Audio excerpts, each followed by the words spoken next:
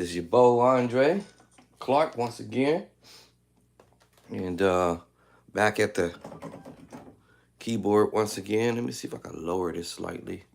I was just trying to keep it from looking at my skinny legs. All right, cool.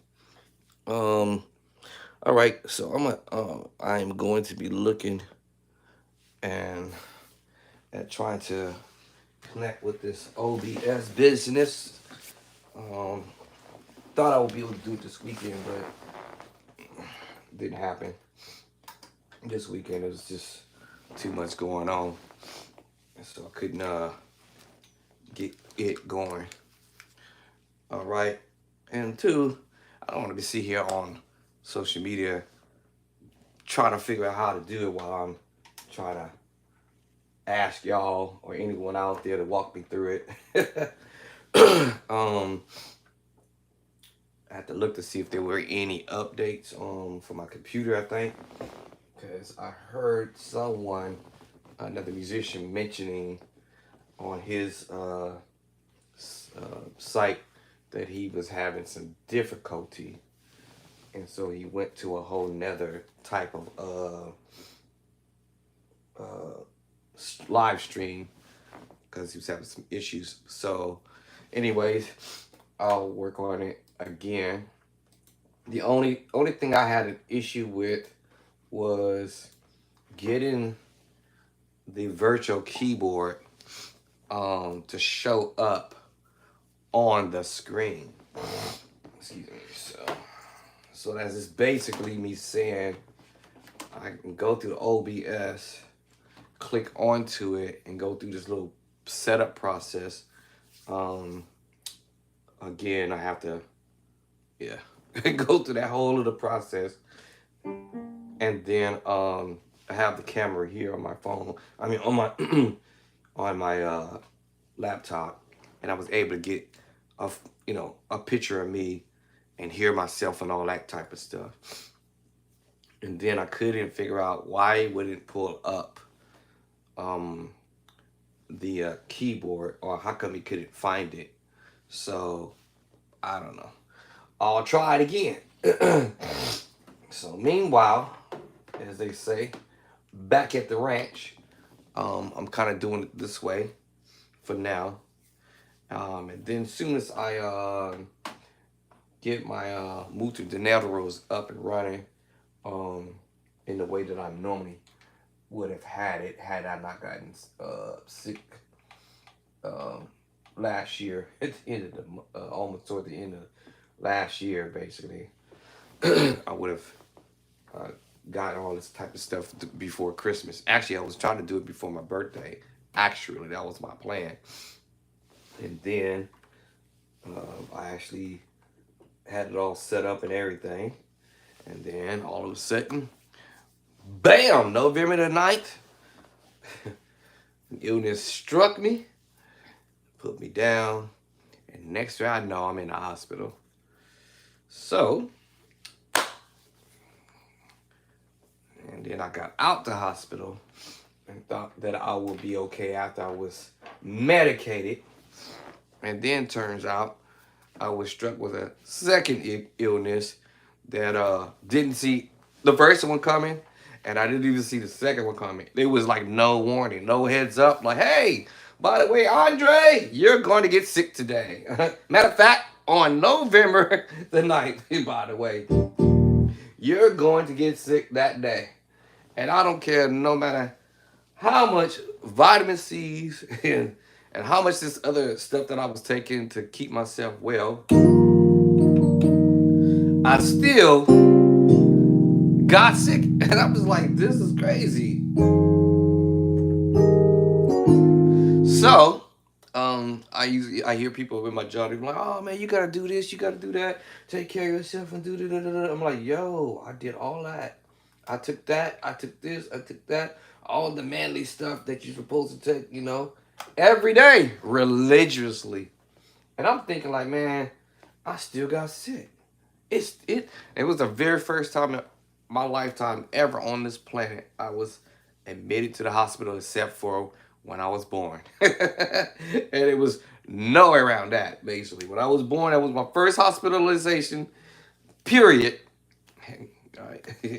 And then it was my last for that moment, right? And then here comes 50 plus some years almost. Yeah, that's crazy, man. 50 plus something, many years later, I'm hospitalized. That's crazy. Never been hospitalized in my life, ever. All right. So, and that's a blessing. There are people who's been in the hospital a lot. I have never been in a hospital on that level like that, ever. Not admitted, all right? As far as going in emergency for different things, as of course. All right, so I'm trying to get better. That's my plan.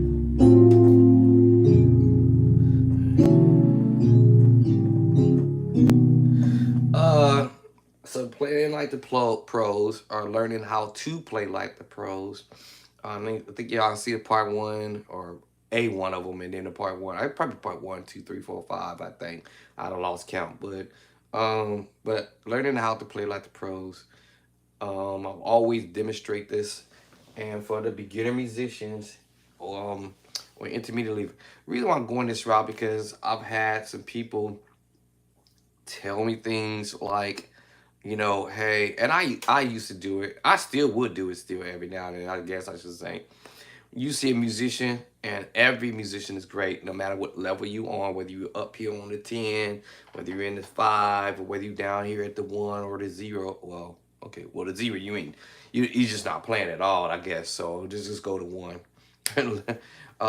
But in your own way, everybody is great in their own way. I would just say, where's that box at? Where's my little box? I got this little size box here. How did they put this together? Oh, I got this little size box here. All right. I got another size empty box over there, and a few more over there, a few more over there, and a few more over there. What is my point? My point is don't let nobody put you in a box and say, hey, you got to stay at that level. I mean, that's a significant level. This is significant. Like, do not let nobody tell you or keep you in a box. That's a significant level. All right. You can grow. All right. And this is significant. All right. You don't need to be in a small box, a tiny box next to that, and another. You do not have to stay there. There's nothing wrong with sounding great or better or just improve. There's nothing wrong with that. Absolutely nothing wrong with that. That's all I'm saying. Um, I used to when I first was watching musicians play anywhere as I was growing up, I've always said, "Man, I want to sound smooth." I didn't say I want to. I didn't say I want to be like him. I didn't say I want to be like her. I said I want to be able to play smooth like him or her. All right. Because at the end of the day, you can have a choice to be smooth, or you can have a choice to be sloppy, and you could have a choice to be choppy. If that's your style. At the end of the day, I just wanted to be smooth with it.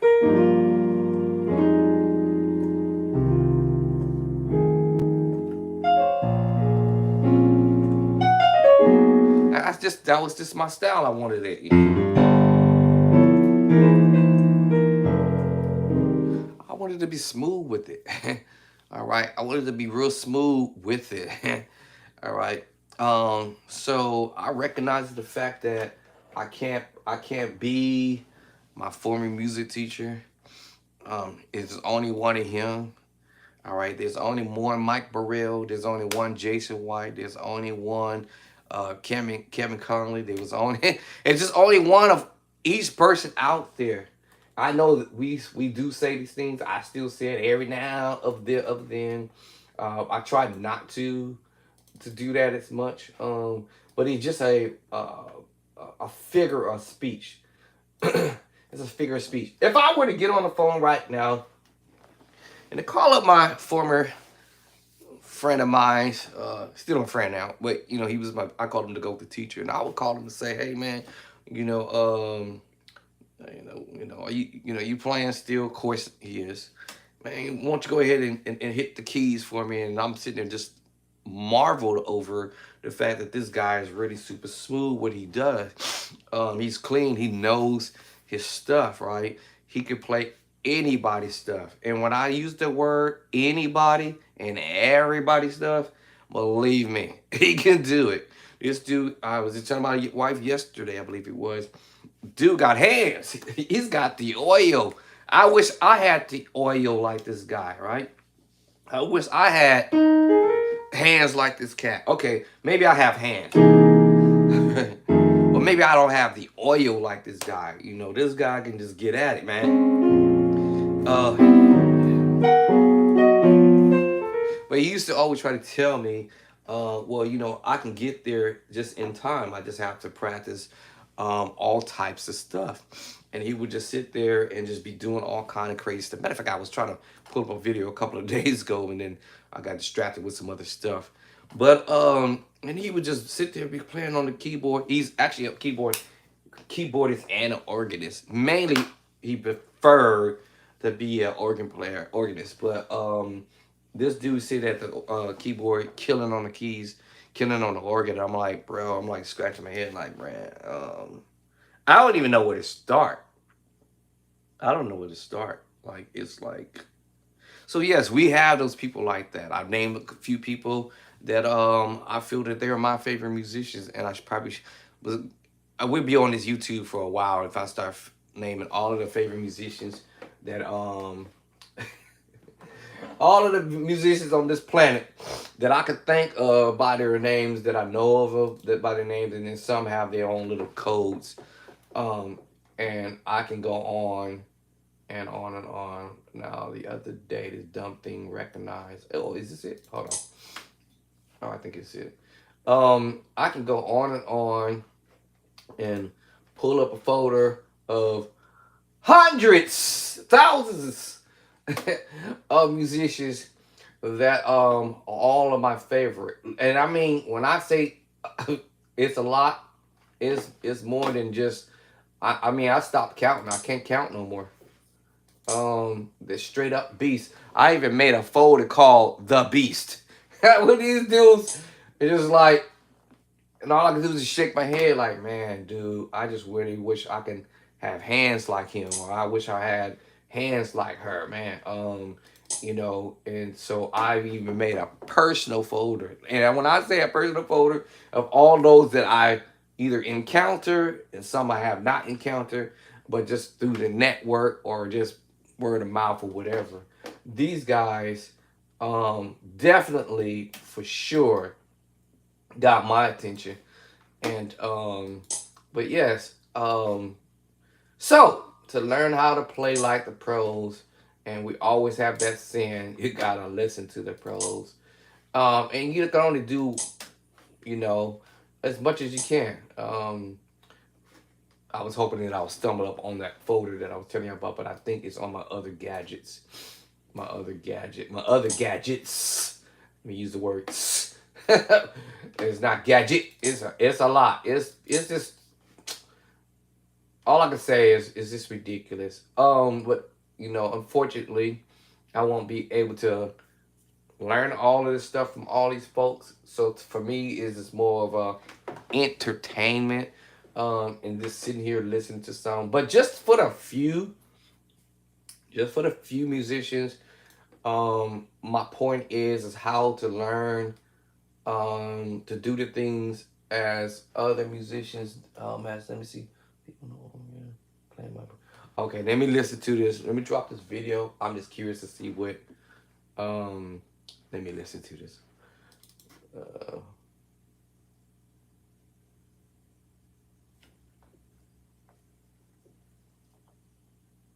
Oh, okay. All right, so this is my former music teacher. He's doing this organ deal. Mike Davis. Anybody know Mike Davis? As far as on the social media, this dude's killing on the organ, man. Let me let it get to the end. I actually learned some of it at one point, but I haven't been on the organ for a bit. I need to get back on the organ because I don't know. I might have to end up playing next Sunday, I think. All right, let me see. It's at the end. Now, here's my music teacher, y'all. I'm telling you, this dude can pick up anything and everybody on whatever they do. And I promise you, my former music teacher is crazy, man. When I say crazy in a nice way.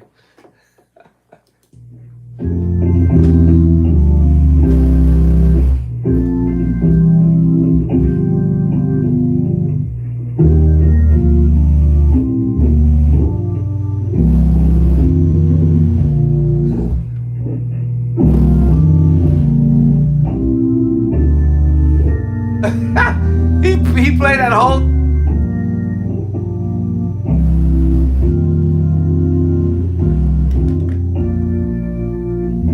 That bass on his organ is killing.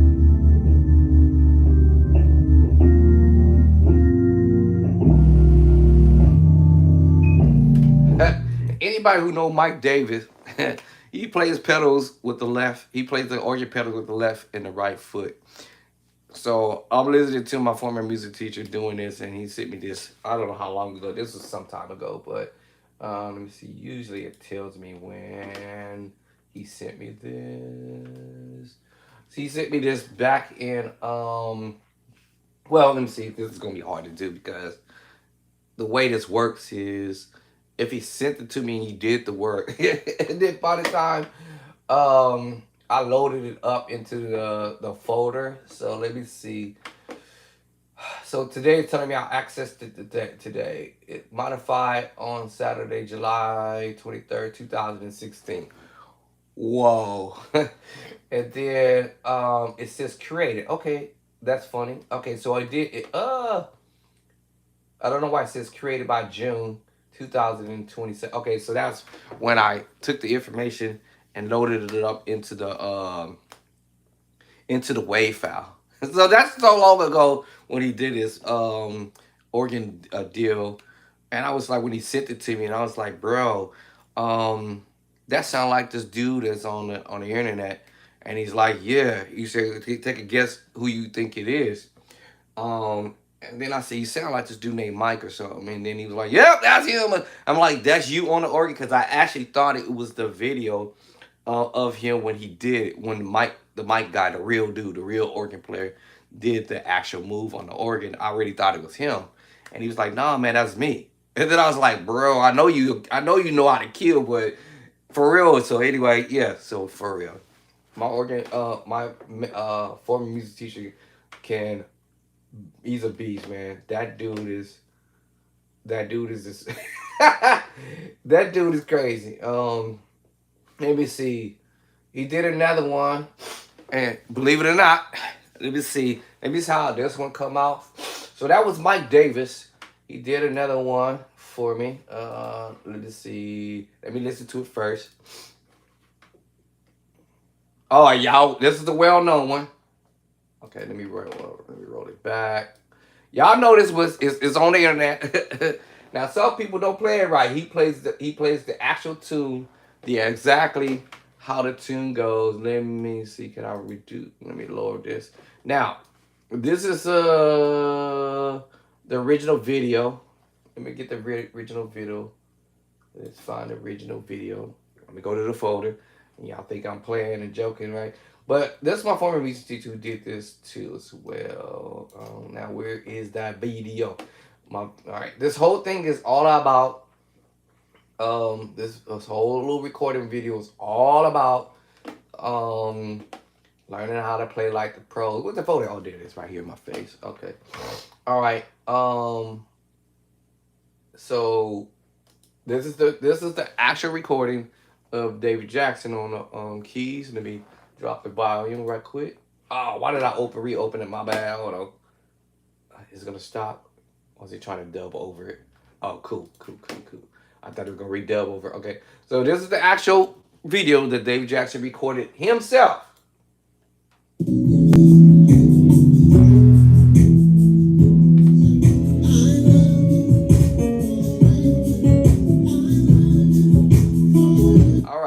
Cool. So y'all got a piece of that. And y'all heard me learning the piece of that. I worked on it yesterday, or if not the day before yesterday. Let's see, where's that audio clip go? What did it hide in it? All right. Oh, wait a minute. Hold on. Come on. Now, this is my former music teacher doing the tune.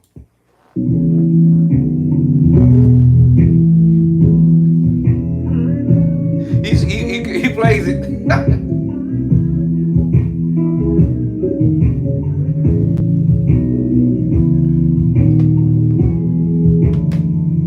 Now watch this. He actually does the MIDI on it. And y'all don't believe me. He actually did a MIDI over it too. Hold on, where is it? Let me drop. Oh, hold on. Let me see. I might have to. I might lose something here. Hold on.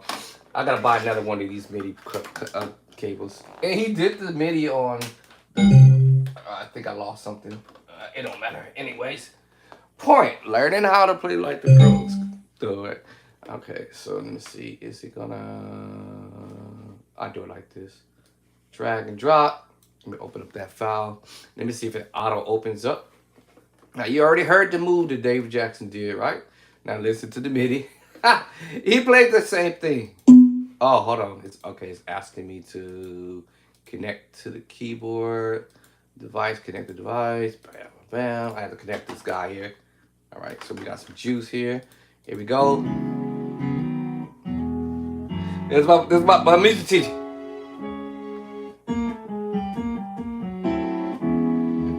Forever.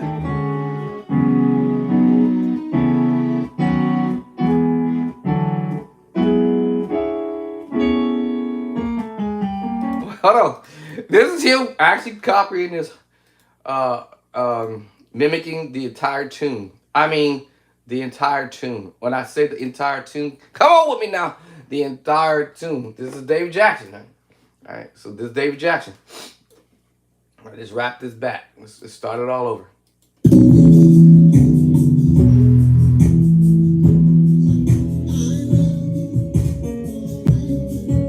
Here's the MIDI.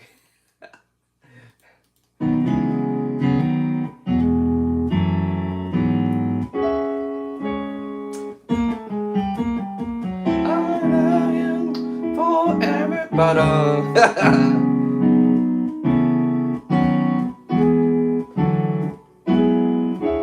right, so listen to some more. I'm telling you, my boy. Okay,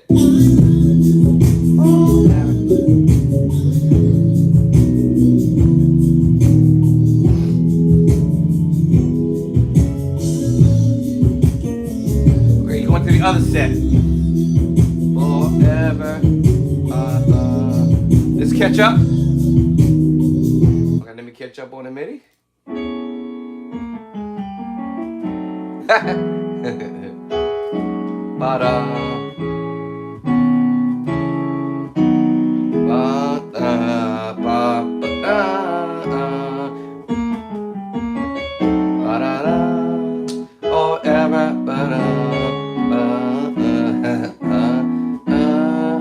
Okay, now we.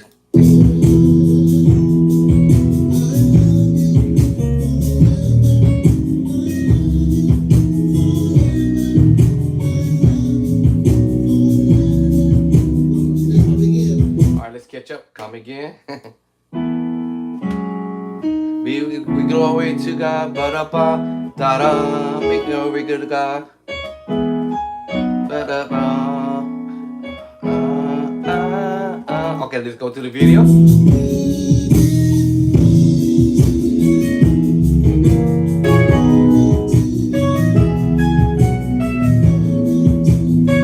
That's where we at.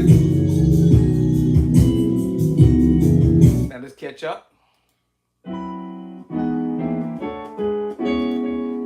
So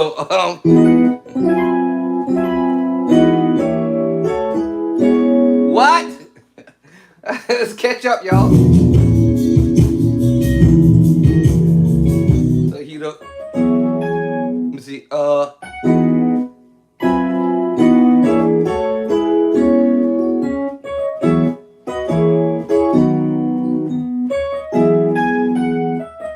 we at? Okay, that's where we at now. Portmate, if you try to learn how to play like the pros, you gotta listen to the pros. At the end of the day, I'm telling my boy, he can play anybody's stuff, right? Let's drop this one. Let's go on over here and have a talk with let's go over here and have a conversation with Jason White. All right. So here's Jason White. All right, here's Jason White. All right, the real deal. All right. Now David Jackson recorded Jason White live, and I was able to cipher the video. All right, that was that first part, right? Here's my boy. I'm telling you, my boy is crazy with it, man. I was like, bro, you like, man, how are you figuring this stuff out? Like, where you at? Where I done moved it to? So let me see, just back that up while I look for the that's Jason White, real time.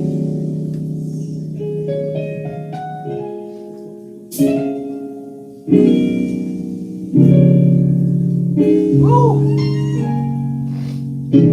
Real time.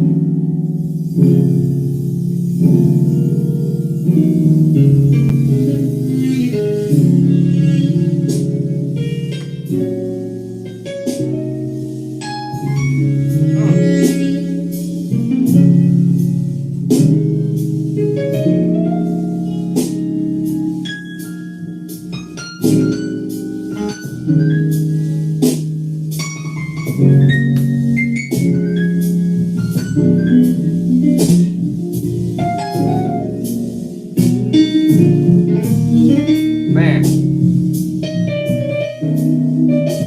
Okay.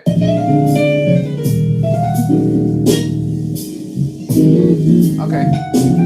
Let's go back to the top. All right. I'm not sure. I think we just did a small portion of the intro. So let me see, how much was that?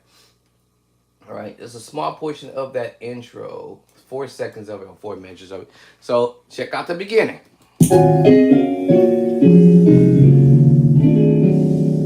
Hit it again.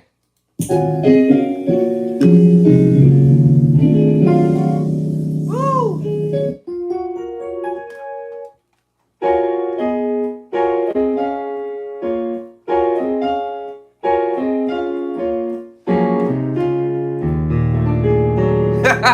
If you want to try to learn how to play like the pros, all right, you gotta listen to the pros. Okay, this is what my boy showed me. I was like, dude.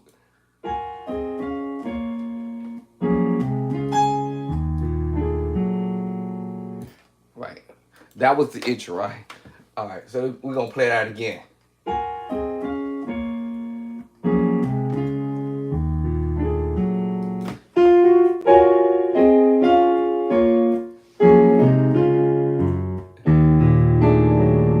So what he's doing is arpeggiating that. I was just surprised that I was able to reach that, but that was only because of the arpeggiation move. I can actually literally reach it. I can actually reach it, which was unbelievable. Oh, this is unbelievable. But he arpeggiates it.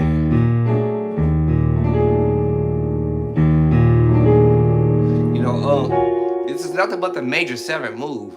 A flat move, back to A, to the major 7 move, minor move, and he repeats it. And then this, he just arpeggiates the power chord, right? And then this takes you to an F sharp minor or something.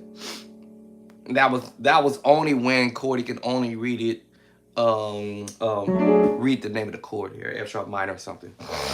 All right, so that was when my boy sent me that, and I was like, bro, and I was like, what? But because of their chords, that some of us already would know, maybe not the beginning musician, like you just get started from scratch or whatever, and you just kind of sort of man, I think this medication is breaking me out, y'all. Um, because this is just a major seven. You just moving inversions, right? You're just doing inversions, and because that's the seven, 1 7, 1 2 3, right? 4 5 6 7, and you're just putting the cluster underneath it, which is the major seven move. So in order to pull this off, and you also can use this secret sauce chord, what we call the seven or the 7 2 chord. I'm sorry, and I can get away with that voicing too. It's still a major seven chord. Either this voicing or that voicing or that voicing or this.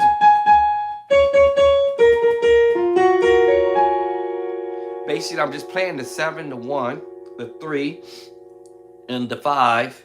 And at the top, I'm hitting the 2, which we may call the 9. Right? F sharp or G flat major 9 chord. That will be the 7.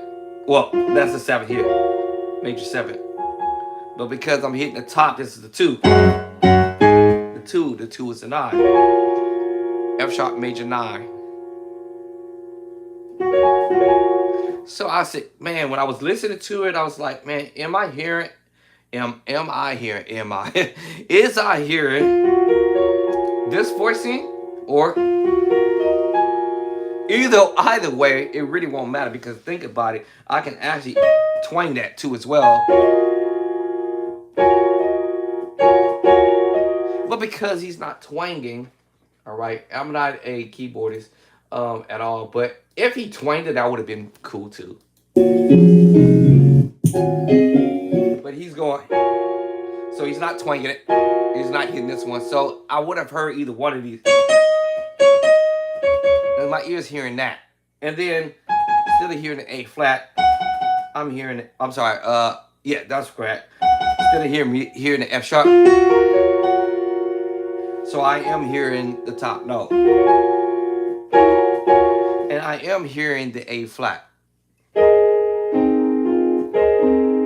But he's not playing the major 7 fully per se, right? Because we're missing. Well, not, actually, we are actually. We just basically added the 9. I have the 7. All right, the 1, the 3, and the 5, and actually the 7 is underneath, and this is considered third inversion. And if I wanted to, I could have added the 2 to it and come from there, this angle, and this would be the F sharp or G flat major 9, because the what, the 2. I'm sorry, yeah, because I'm coming from the third inversion, I'm just adding the 9 to it, right? Okay. And I can come from another angle as well when he comes down here, because it's the same thing. The 7, the 1, the 5, and just move the spot, and he's omitting the 5 at the top, and he's putting the 5 here, and we're playing the exact same chord, and basically you're just doubling up the 7. So now when he got to the A flat, I think I'm assuming when he played the A flat, instead of him going straight hard chord A flat, first inversion and root, I believe he just omitted some notes. Right? Let me see. Yeah. So probably for sure he is hitting the first inversion, but not that he had to. He could have just like that. Sound like a doorbell in a way, you know.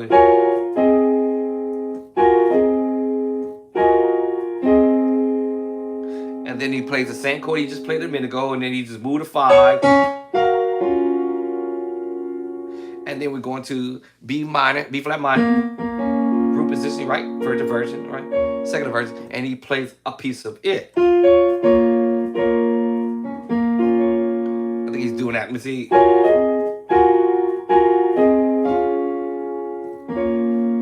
Now, if I took a good look at what my former music teacher did, all right, Yeah, and he played partial of it. See, I can take out some more notes at the top. Instead of me playing that, he play like this. Tell you, my music teacher has perfect pitch.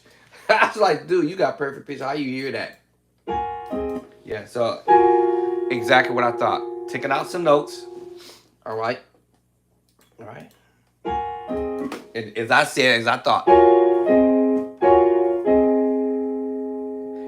Exactly as I thought. Because if I was thinking of doing this, I would have said, I would have did that too. Instead of, like I said, if you wanted to play the whole move, play the whole move, play the whole move, play the whole move, the mind move, play the whole move.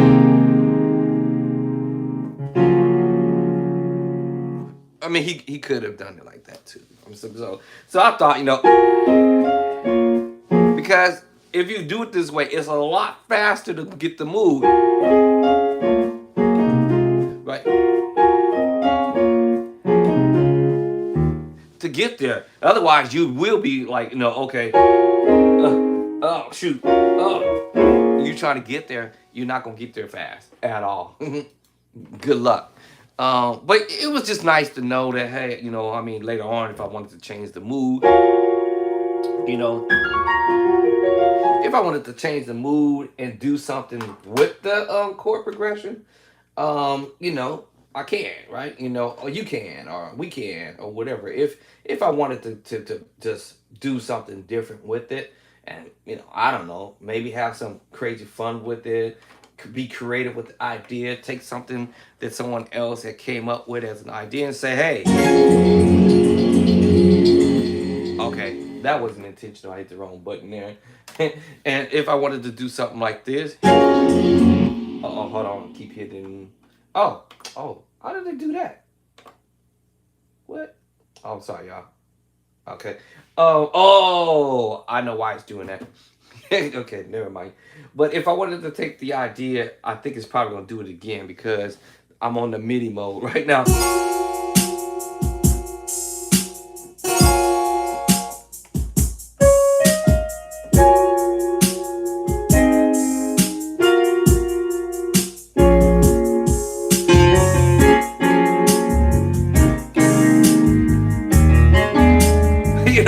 If I wanted to mess with it, you know what I'm saying? And tweak around. You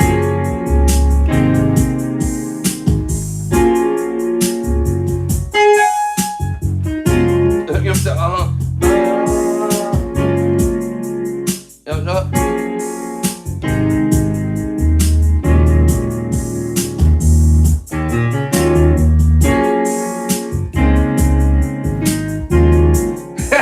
Y'all see?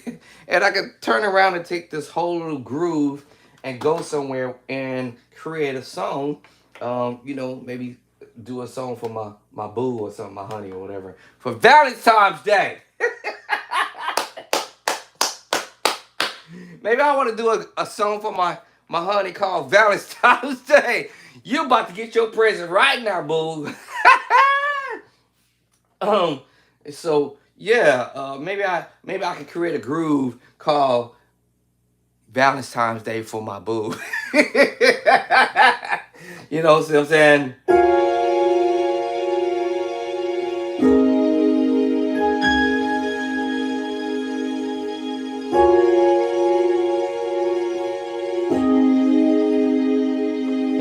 And just be creative with an idea, messing with stuff.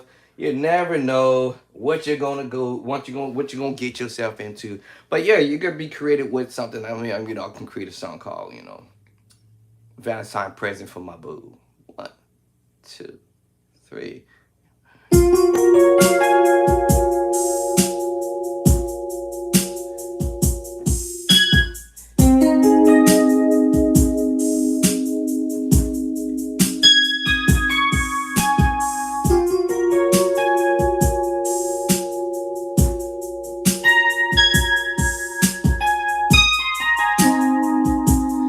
This song's dedicated to my boo.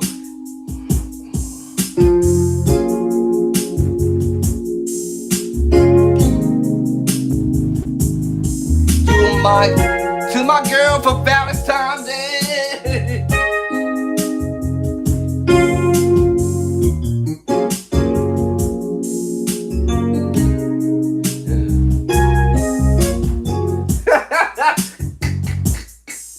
I probably had to take that bass out. Oh, I did take it out.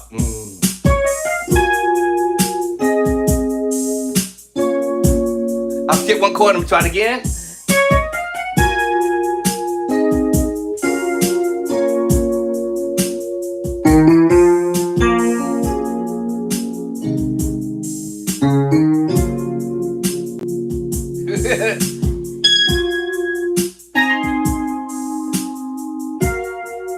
So you see what I'm saying? You can be creative with the idea. That's the whole point.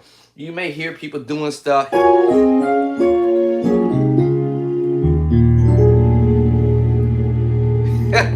You know, and then and you can start the groove or whatever. I can be creative with this idea as an intro,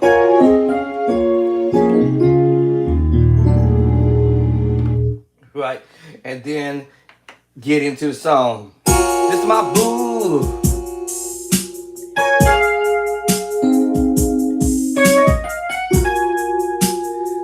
I got a present for you for a Valentine's, baby. I got a Valentine's gift for you, baby. I got a Valentine's gift for you, my baby.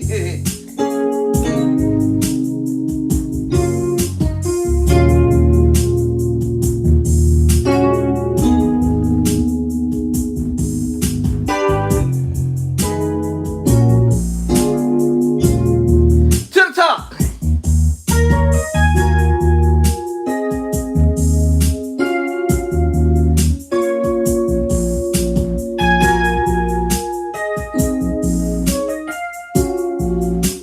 One more time.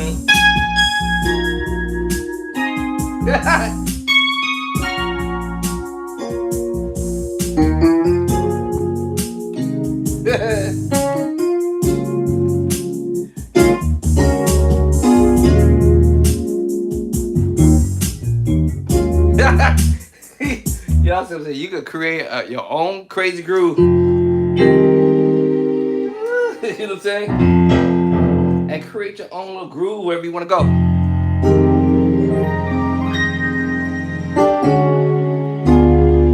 You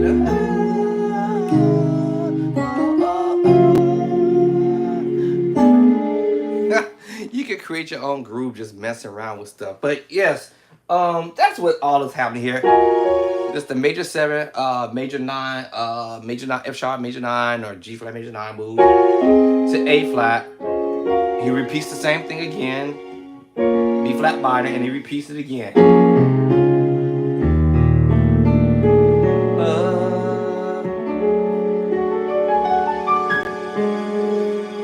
And that's all from just learning something from the pros, right? You listen to the pros, you listen to the heavyweight musicians, or whatever names we want to give our favorite musicians out there. And the thing about it is that you can do whatever you want to do. Do whatever you want to do, right? It's up to you on how you want to master the chords and put them in your own way.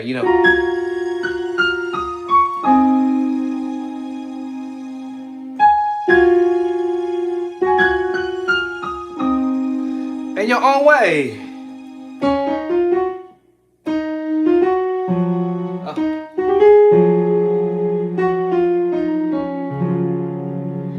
It's up to you on how you want to do what you do. And it's not that I need to have somebody's chords or take somebody else's chords and just play exactly everything that they did verbatim when it comes down to um, doing their stuff. It's the point of taking the idea and do something that they didn't do. And that's what is called being creative, right? You can be creative by taking the idea as I did and say, hey, well, I'm going to create a groove. I'm going to create a crazy song or something like that, and I'm going to call it I don't know. I'm gonna call it Valentine's Day for my boo. You know me for that.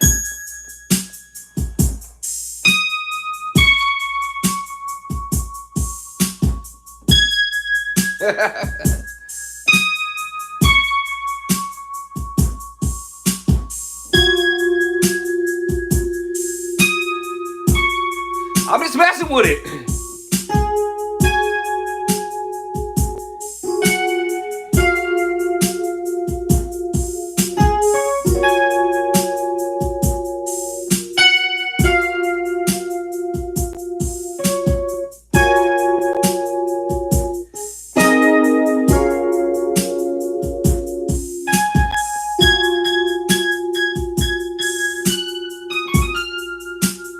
Whatever you want to do.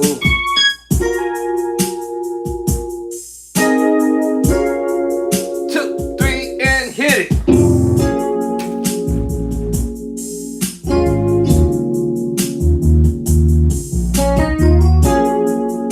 What's my Valentine's gift for my girl?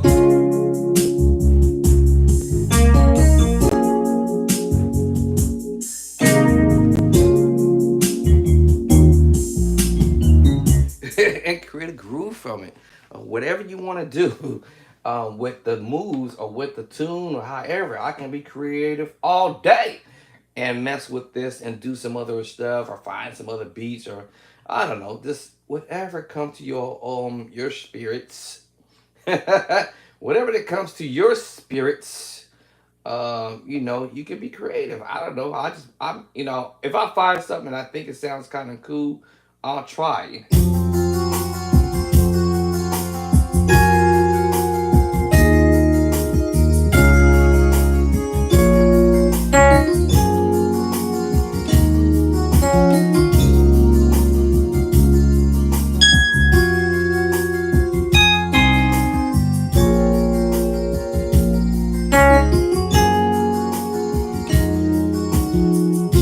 Yeah, you know what I'm saying?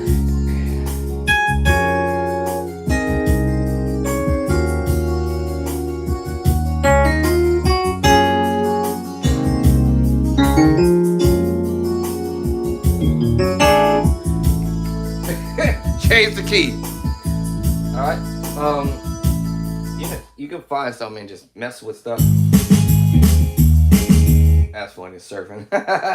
Yes, you can do whatever in the club.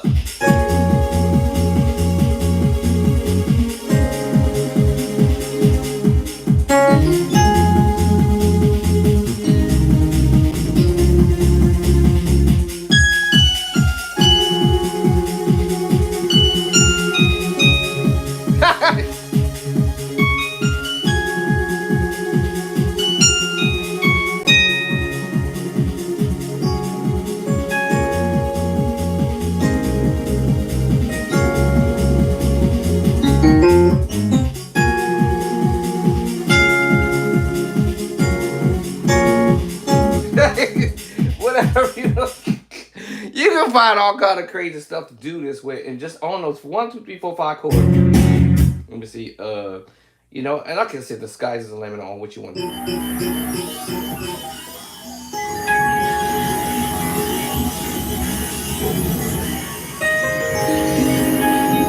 Whatever you want to do, y'all. At the end of the day, it's 5 chords, and I can do whatever I want to do with the chords.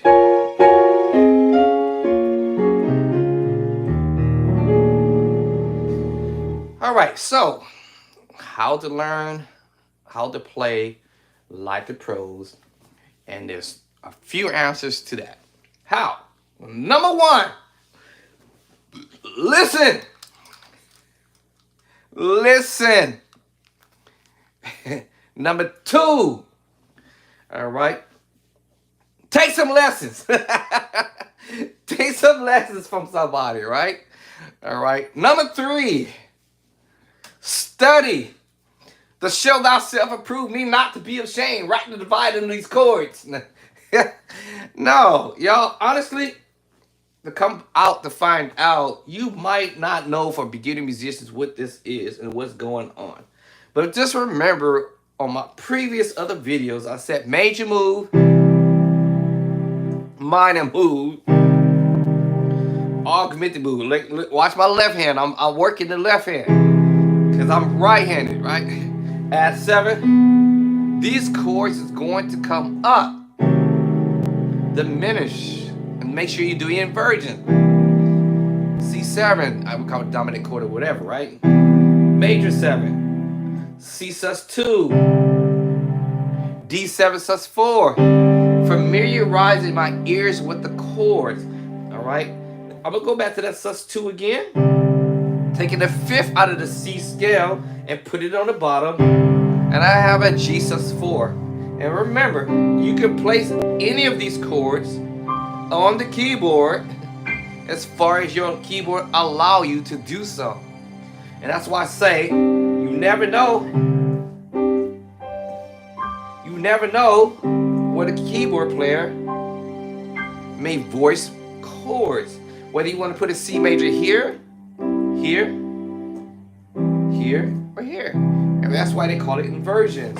You never know when he might voice down here. You never know. Right? It's just like I just said this chord here. Now this is my own formula that I use. All right, I'm being nice to share it with you guys for my beginner level musicians. All right, and to learn your scales 1, 2, 3, 4, 5, 6, 7 in all 12 keys. Know that this is a C, D, E, F, G, A, B, C, D, E, F, G, A, B, C, D, E, F, G, A, B, right? Know that it repeats. C, D, E, F, G, A, B, C, D, E, F, G, A, B. And if you know how to count from 1 to 7, the number system is going to repeat itself. Now, if we use that word, as I mentioned on other videos, continuations of the number system after 7, we have 8. The note repeats. We have 9. The note repeats, which is 1, 2, right? 1, 2, 3, 4, 5, 6, 7. But now after 7, the note is going to repeat, but it's going to be what number? 8. C is now 8. 9, 10, 11, 12, 13, 14, and then we back to the 1. And you do the same thing with the other 11 keys. All right, so if you know how to count from 1 to 7, and then remember the continuation of the number system, all right, then you are in the musical game. Those chords I just shared with you, everything on the 1, major on the 1, minor on the 1, and I do your inversion, right? Whether it's down here, and keep doing your inversions until your ears get familiar with the voicings of chords that you are playing. And then eventually, soon of later, your ears will detect some chords. And if I said, listen, now this is my little formula I'm doing, right? Okay, this is the Nashville formula for now. You know? So if I told you C is the 1, D minor 2, E minor 3, F major 4, G major 5, A minor 6, and number 7, B diminished. If you wanted to do it here, that's fine too, right?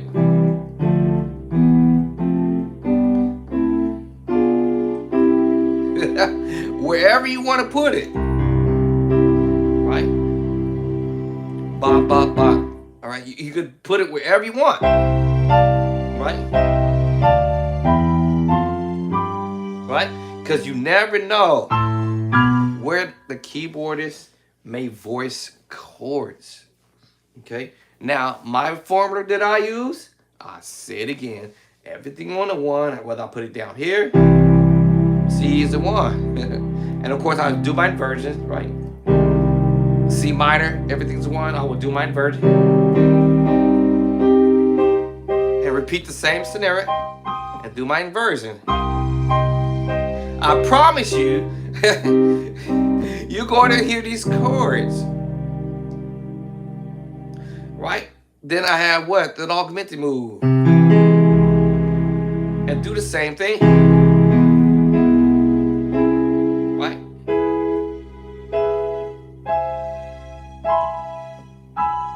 Etc., etc. All right. So now I said major, minor, augmented. Now we got the major sharp 7, the same scenario. This might be a little bit more harder to do. So basically, this might be a little bit more challenging. I promise you, you're going to hear these moves. You may hear these moves along the way in on your journey. And all I did was my 1, 3, sharp 5, and 7, and I just did an inversion of that, and do them up the keyboard until your ears or your hands get familiar with doing them. Now, my left hand is trying to cheat. All right. I was supposed to do this with my left hand to work my left hand. Okay. Well, so I want y'all to see the right hand doing the right? Doing the move. Major, minor, augmented, add 7, diminished. Same scenario.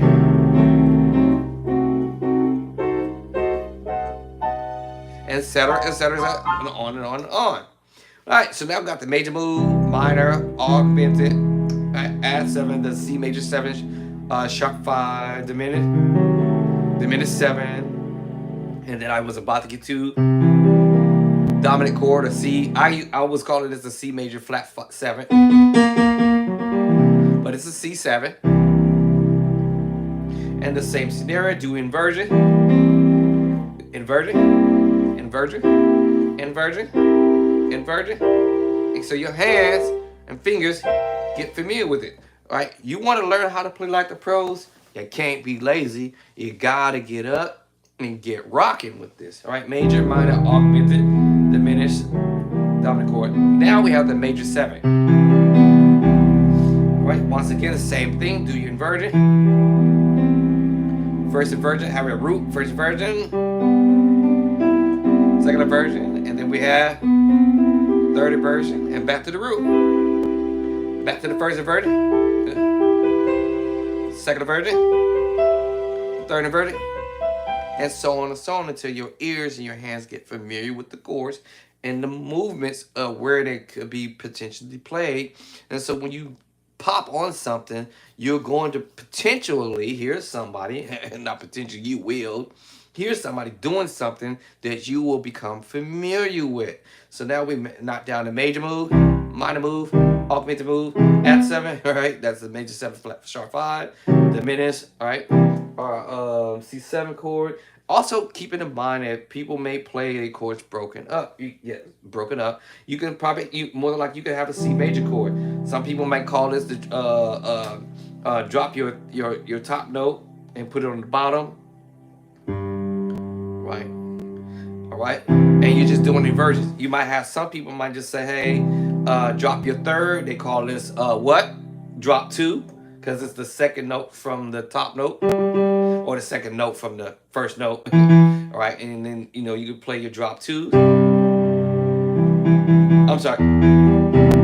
Right. So you may, be, and learn to do that and move that around, if you will. All right. So, right, they call this drop 2. All right, that's a whole nother ball game there. All right, so I just kind of shared that with you. All right, so that was extra, the one I didn't have in my bucket, but anyway. So major, minor, augmented, sharp, major 7 sharp 5, diminished, all right, C7, the major 7 I just went, and then now this is sus2. And I'm telling you, you're gonna find people doing stuff down low on the keyboard, as y'all had heard. As y'all had already heard, and I'll play it again, the David Jackson move when he played the voicing down low. All right, and whether it's transposed, you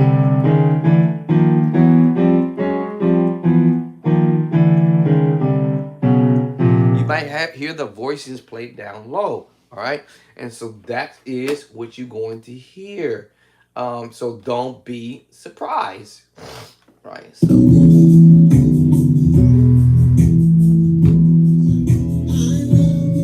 Do it again.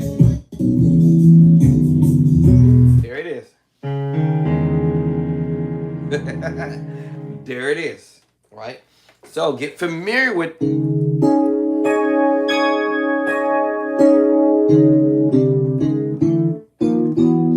familiar with it.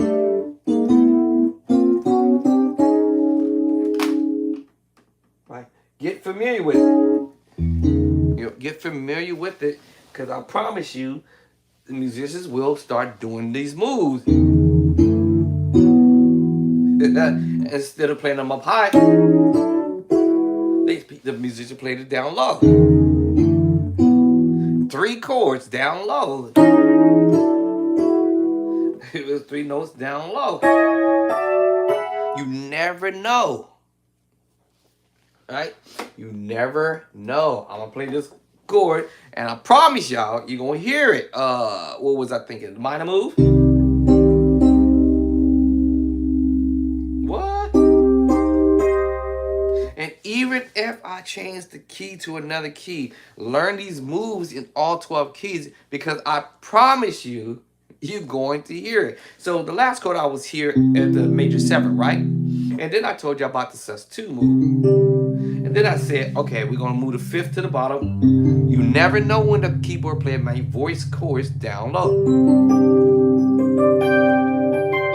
Or move them up higher. Oh, sus2, sus4, they both share the same thing, because 1, 2, 3, 4, 5 in C scale to G scale. The 5, the 1. 5, 1, 5, 1, 5, 1, 5, 1. 5 in C, the 1 in G, they share the same notes. Oh, for my beginner musicians, so you can know this, that you're going to find in some scales. In G scale, you're going to find some of the same notes in that scale, except for the B. I'm sorry, you'll see in a second, the cluster note, which will be F and F sharp in the G scale. And those are the same notes in the C scale. Literally. The 3, the 1. I'm sorry, the 3, the 2, the 1, the 7, the 6, and the 5, and the key of C. This is the notes. And then the 7, right? Okay, that's in the C scale. In the G scale, the same note. The 5, I'm sorry, the 1, the 2, the 3, the 4, the 5, and the 6. And then we have number 7, F sharp. So that's why you have the cluster between the C scale and the G scale. That will be the 2 notes that don't jive with what's in either scale. So basically 1 note per each scale in this situation. Oh. Now you see what I'm saying? It's like you go to D flat, half step up, and A flat, or C sharp and G sharp. Same scenario. So you know it's going to be the 7th there in that key, and then A flat. 1, 2, 3, 4, 5, 6, 7. So you're going to know which the 2 notes that's potentially not going to be between the D flat and the A flat. It's a no-brainer. All right? To figure out what those 2 notes are. E and F. It's the cluster move. All right? It's going to be the cluster note, the E and the F, between the D flat and A flat. That was simple to do because you saw that from C. That was a no-brainer. Now step back. That's a no-brainer there, right? Okay. Okay, now I think some of my new beginner musicians out there has really got some knowledge under their belt to know that, hey, oh, I didn't know that. I was sitting here messing with it and say, hey, wait a minute. Hey, wait a minute. Just a second here, buddy. All right. You're going to hear chords other musicians are doing, right, along the way. Okay. Let me see. So we was doing the C movement, right? We was doing that C sus move, C sus2 move, and that G sus4, right? Well, check this out. If you do the scale in G, 2, 3, 4, 5, or if you just took the 1 in the C scale, and there it is. There you have technically your 2, the 5, and the 1 went to the top. Now watch this in G. We got the what? 1, 2, 3, 4, 5, the 1, right? And there it is. It's the same thing. The same exact chord. They share the same exact secret sauce chord, I call it, right? The D7 sus4, with me knowing that. The D7 sus4, the secret sauce chord, I call it. I called it before I knew about what it was called on chordy or whatnot. I was calling it the 2-5-1 chord. 2-5-1 chord in C scale. But in the G scale, I was calling it the 5. 1, 2, 3, 4, 5. The 5, the 1, and the what did I say? I'm sorry. The 5, the 1, and then the 4. 1, 2, 3, 4, 5, 1, 4. 2, 5, 1, 5, 1, 4. Because of the scale. Technically, the chord is called a D7 sus4 at the end of the day. Knowledge, they say, is power, but you know, what you know is what you know, and then what you don't know, you just don't know, right? Where am I going with this? You're about to find out in just a second. If I would have told you to take the secret sauce chord, whether it would have been from the G scale movement or the C scale movement, it doesn't matter at the end of the day. And if I were to tell you to take this idea and transpose up or back, you're going to hear these chords.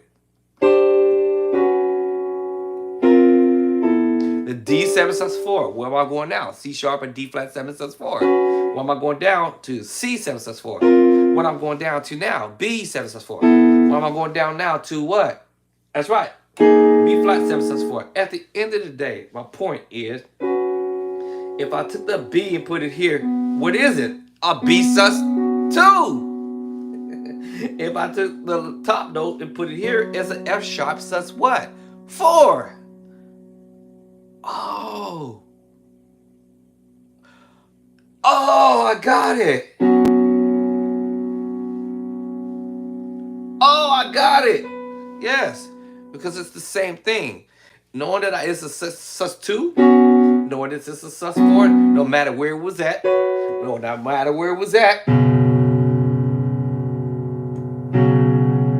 they both share the exact same secret sauce.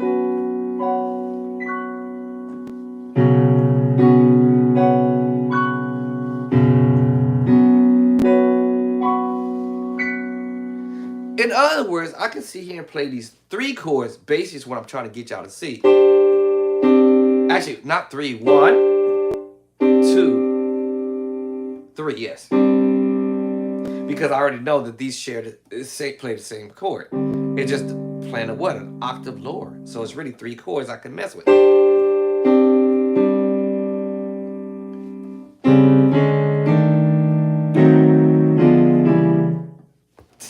And I gotta be creative with the idea, knowing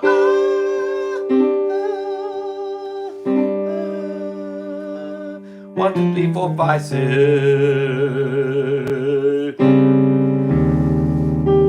What? What did I do? I started counting from the note and create the tritone. 1, 2, 3. I was about to get there and I got ahead of myself.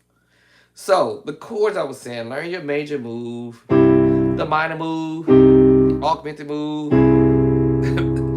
at the 7, C7 sharp 5, the diminished 7, dominant chord if you will, major 7, sus 2, secret sauce chord, sus 4 chord. As I told you, I took the 5th here, and it also shares the same chord, y'all.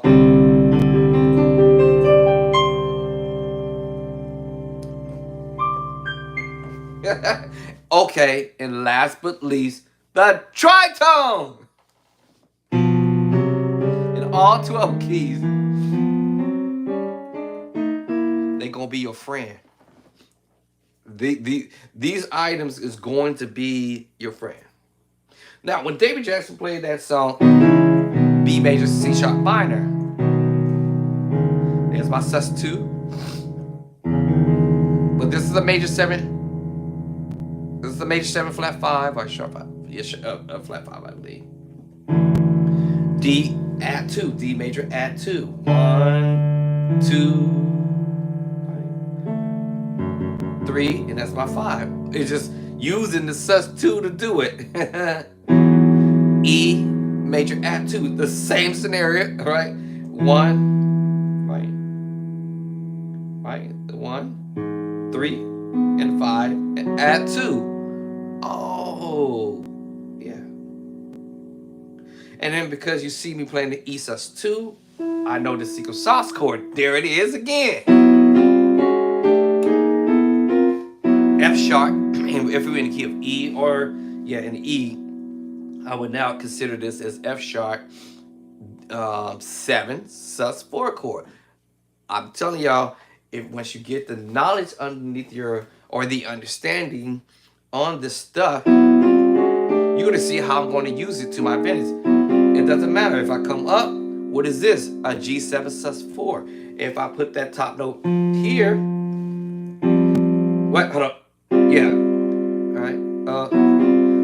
Yeah, G7 sus4. If I take the top note F, what is it now? Exactly. F sus2. If I took the top note C, put it here, what is it? Exactly right. As C sus4. And because I know they both share the same secret sauce, what? I can use this to my advantage. 1, 2, 3, 4, 5, 6. That's my tritone. Let's go A with the bass line. Or let's see, E flat. Look at that. I have choice A or E flat, depending on what it is I'm trying to do.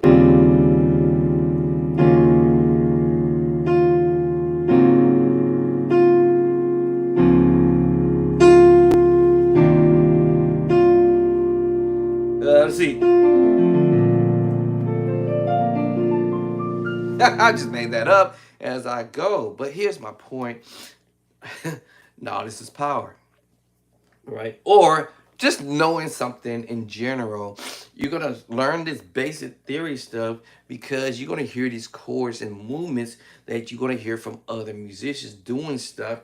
So I'm trying to get y'all to understand what's about to happen next again. So if I took that same idea and transpose up as I was just doing, or back,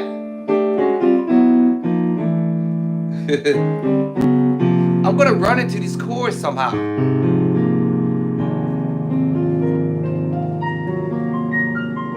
Why did that sound cool? I already told y'all, right? Right, this is the G flat or F sharp, all right? 7, major 7, flat 5 move. You're going, and then you have the minor move. So you have a major move, and then you have the minor move. Okay, and so this is crazy, man. This is it's some crazy stuff. But aside to that, right? The point is, you're going to be learning this stuff because you're going to hear cats doing this, and you're going to be like, wait a minute. I know that chord, or you heard that chord, or you played it before. And you just at first didn't understand how musicians is sequencing their chords or creating what I like to use the word pattern. I can see here and create a pattern just like I just said.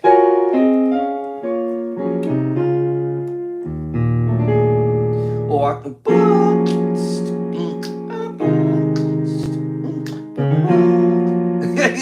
I can create a pattern of moves.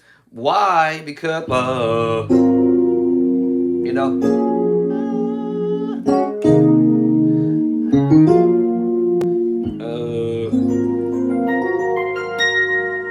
and mess with this whole ordeal. Or what was that move I did?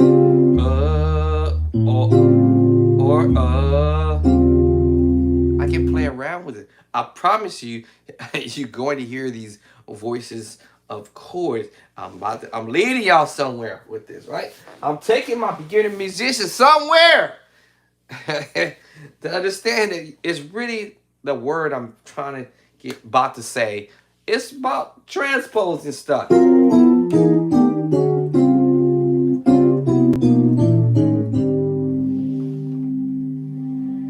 It's transposing stuff. Right? It's transposing stuff. A flat major 7 flat 5. G7 7. Y'all make me sick. I'm saying you're gonna hear these chords. I promise you, y'all, you're gonna hear these chords, right?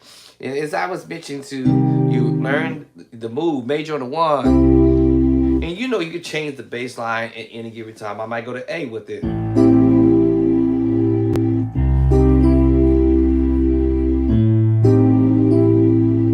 What's it? C major on the 1. All right, and I can take it to the 6. Back to the 1. And I'm just playing around with this, all right?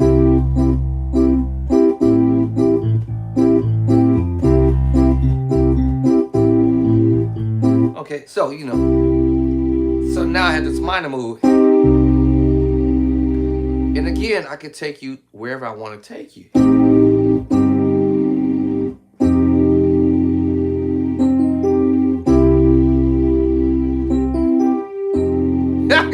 You see what I'm saying? I can take you somewhere with this, Let me give you the major 7 now.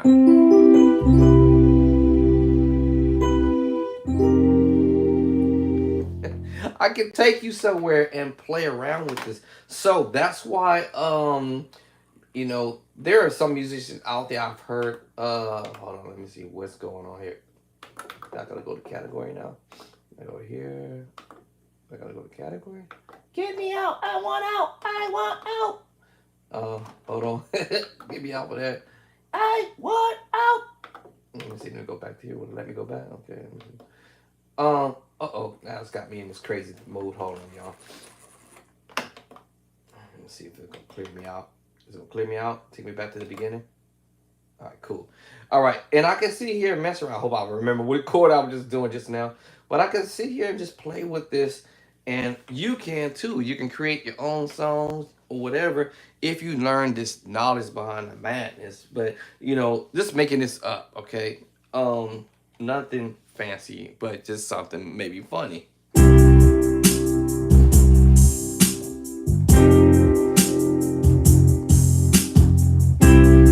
What about that present, my girl? I'm not taking you out on Valentine's Day because you dumped me. You dumped me, girl. You dumped me to do inversion.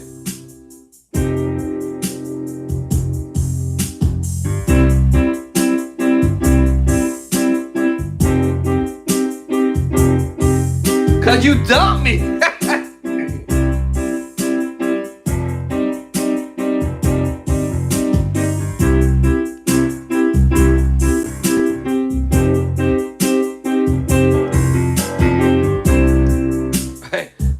What's my point? You can make up anything that you want to make once you get the concept about how the chords work. You can have the 1. Then I went to the 4. Now I could have went to the 4 chord and played a major move because technically by rightful speaking, 2, 3, 4 is the 4 and F. And remember I said the 1 is C major. 2 is D minor. The E is 3 is E minor, I'm sorry. And number 4 is F major. Number 5 G major. 6 is a minor move. A minor. 7th diminished. And so I can sit here and play around with this move and say, well, I'll take you to the 1. And then I'll take you to the 4. Take you to the 6, to the 5. You know what I'm saying? I take you to the 1, girl, cause you playing around with my feelings. You wanna come around to tell me that I gotta take you back for Valentine's Day. Ba-da-da-da. 7, you must be crazy, cause I ain't gonna do it no more to the 6. So you can mess with this stuff because it's funny because you have learned the theory behind the madness and you can create your own song just from learning that you can play any version, depends on what version you want to use. So let's go. I guess I play second version on the one, and we went to the four, and after the four we went to the six. From the six we went to the five, and that's the chord pattern. Because if you know that the one is major, C major, the two is D minor, E minor, three, F major number four, G is number five, A minor six, and number seven, B diminished seven. So I can say, okay, I'm going to the one. Hey girl, you must be tripping today. To the four. Hey girl, you must think I'm crazy. To the four. Back to the one again. Do an inversion. Second version of the one.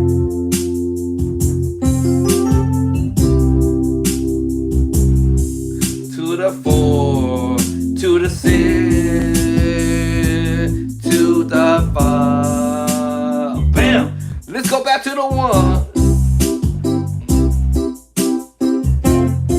Inversion. One. To the four. One more time. Four. To the four. One to the four. To the six. To the five. One. Now I can use my sus now. Now I can use my sus now.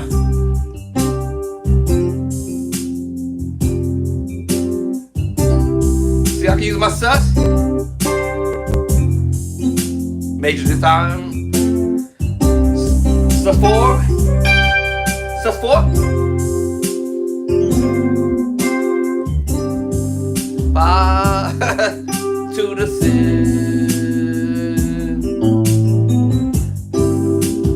Whatever you want to do. At the end of the day, you can make stuff up.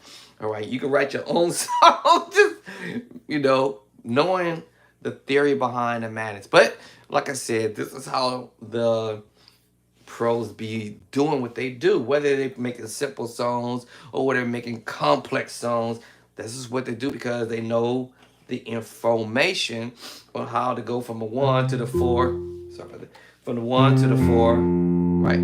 To the six, five, four. If they want to go to the seven, move to the three, right? To the six, to the one. Or you can go to the two, to the five, one, two, five. Let me see what chord I want to use on the five. Let me see. Let me see. Let me see. Five, one. If you're going to go to major move, or you can play the secret sauce chord. So you know what I'm saying? Because now I know technically the minor move would have been probably the two. And then the major move, five, one. And we say that's super basic, to the two minor move, right? Remember we said the two is the minor. And we know we can go to the G, which is the five, to the one. But I said, okay, maybe let me go and play a major seven on the two. That's okay. And there's many other ways to play the 2-5-1 chord. So I said, let me make up this one. Two. Five.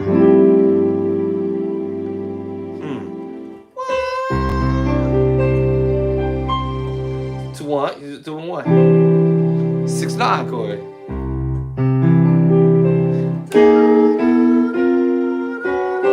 And I could have transposed that up. Or back. To the two.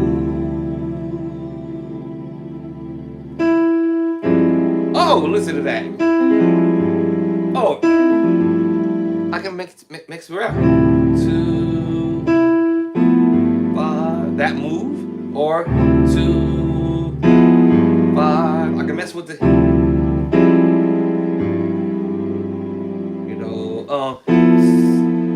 piece. I'm using what I call the 1-up. 1-up. We got a sharp 1 to the 1. I'm not an expert in the keys, all right, but I just hear this idea. If I were to be on the key, you know what I'm saying? 5, ba da da, ba da. What? Yeah. So you can be creative on idea. Oh, does he?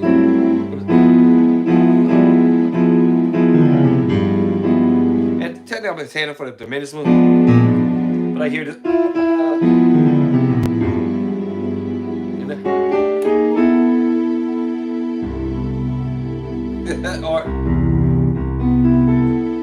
Or my back, or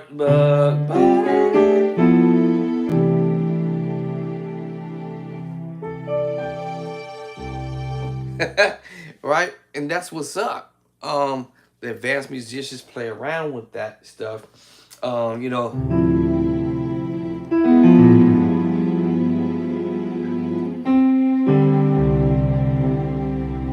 because remember, sus4, sus2, they share the same secret sauce.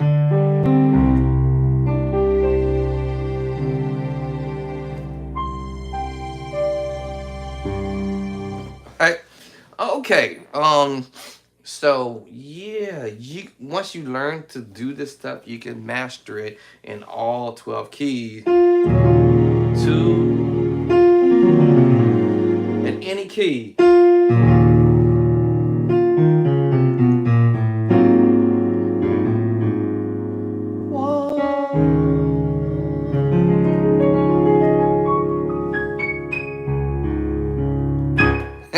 Now, I made that up as I was going, but like I said, you can go to the 2, to the 5 major, to the major 1, to the 7, 3, 6. And here's another thing: the pros know, hey, we can transpose the minor move or our uh, our 7 chord, and if I know what my target chord is in the D flat or C sharp, I could take this half step back. I could take a half step back again. It's just me saying I'm just taking the 7 from C. I'm gonna take the 7 chord from B. I can take the 7 chord from B flat. If I want to get real crazy with it, I can take the 7 from A. If I want to really act a fool, I can take the 7 from A flat and transpose all that up.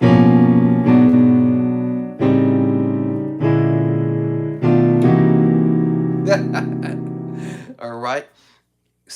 Yes, or vice versa, and do it in reverse. Because if I know what my target chord is,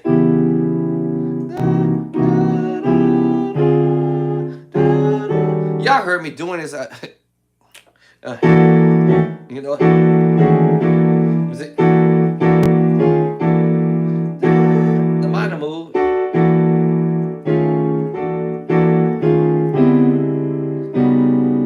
And you're going to the target move, so you can do that any way that you want to do it. At the end of the day, it's still the 7, 3, 6 chord, just doing it in D, right?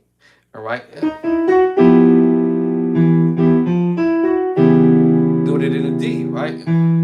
Right. So 7 and D, taking the 7 in E flat, you know, taking the 7 chord in E.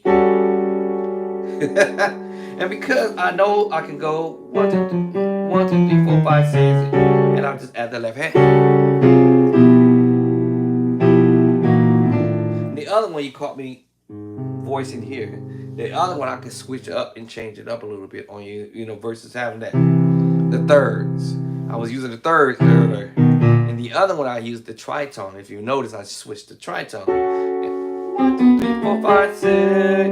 1, 2, 3, 4, 5, 6, and come that angle too. See what I'm saying? Right, and I can mess with it that angle as well, right? So that's what the pros sit here and do, right? That's not always I gotta go listen to John, the keyboard player. I gotta go listen to Bill, doing stuff on the organ, on the keys. I gotta go chase down David Jackson, and I gotta go chase down Mike Burrell, and I gotta go chase down this keyboard player, because what I'm learning, the major move, the minor move, the augmented move, and the seventh diminished move. I'm not saying I'm an expert with it, but I'm hearing these ideas by accident. Oops. Y'all know that so oops, there it is. And I'm coming across it by accidental, and I'm like, wait a minute. I heard the pros messing around with this stuff. At the end of the day, I'm all going to go ahead and say this. Be you, do you at the end of the day.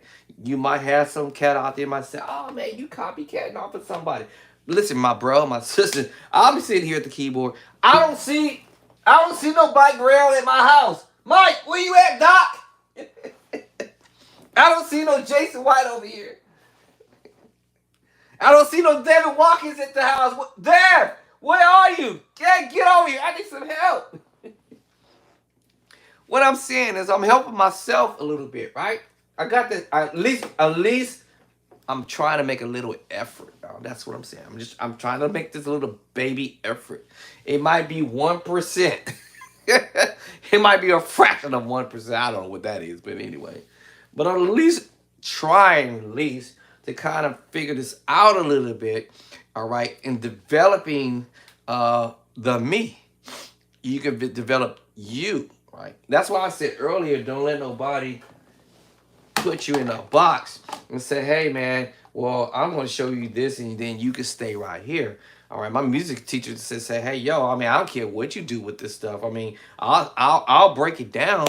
I'll break it down to you. I'll share it with you. I'll give it to you. I'll show you what these cats are doing. And then it's just entirely up to me whether I'm going to learn it or not.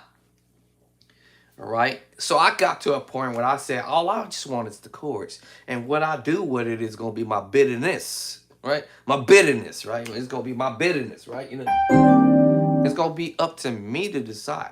What's the chord I'm trying to get at, right? So I said, about this transpose, and I got the idea that I'm doing a 7/4 chord.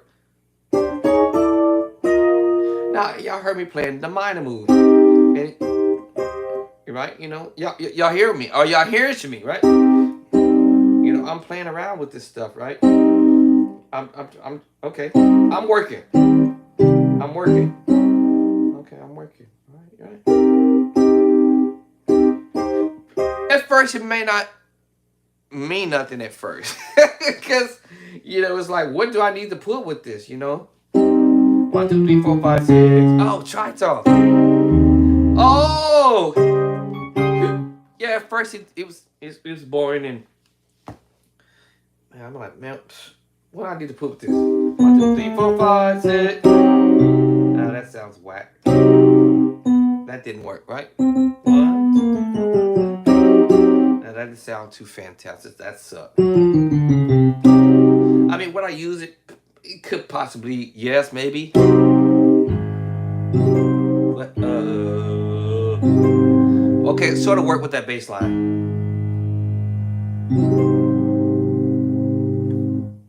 It sort of worked. It sounds kind of weird, but what if I did this? What if I add this too? It sounds funny, right? So I'm thinking, let me try a bass line. A little better, right? It's a little better. Try another bass. Let's go see. Oh, that's it. Okay, maybe. lot better. Kind of, right? Let's go F with it. All right, maybe getting somewhere. F. Yeah, sounds better. It sounds a little better on the F, right? You know, and I'll mess with. Let's try E. Terrible. B flat. Terrible. A flat, like I said. Let's go to D with it. It's horrible. All right, so. I'm sorry, chord. It's not driving. But what if I did an inversion of it though? Now let's see what happens. 1, 2, 3, 4, 5, 6. Now why did that sound better? 1, 2, 3, 4, 5, 6. Look at that. And so now I can see I can do some inversions with it.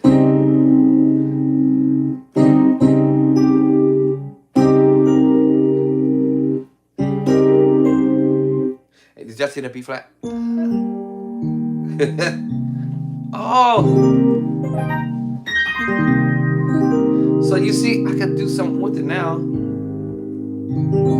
What? What?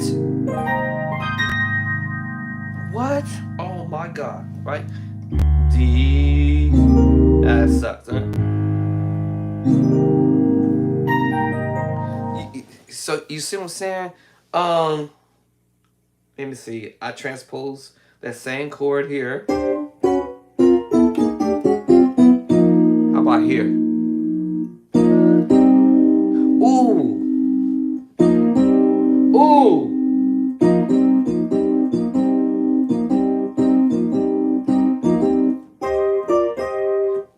Uh-oh. Okay. Where did I hear that voicing from? So let's listen to another keyboard player doing something. I'm telling you, these, you never know. You never know. So the pros, they're trying to learn how to play like the pros, right? You never know what you might come across.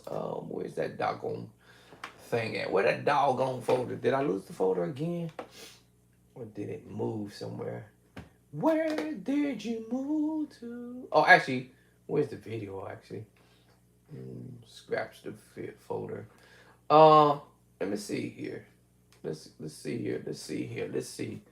Let's see. Did I lose the video again? Hold on, y'all. I thought or did I move that video somewhere? Let me see. Hold on. Let me see. Did I move the video somewhere else? Knowing me, probably did. Let me see. Where did I move that video to? Where did I move the video to? Okay. I think I moved the video again. Trying to see, did I throw it? Let me look and see if I threw it in the trash bin.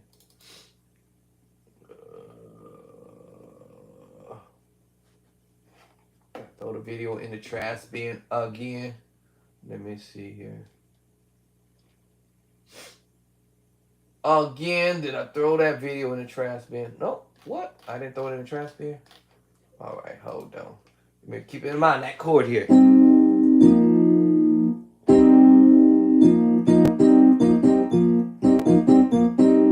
So basically what? It was the C minor move inversion. And then the secret sauce chord, right? F7, 6, 4. And I'm all from each transposing.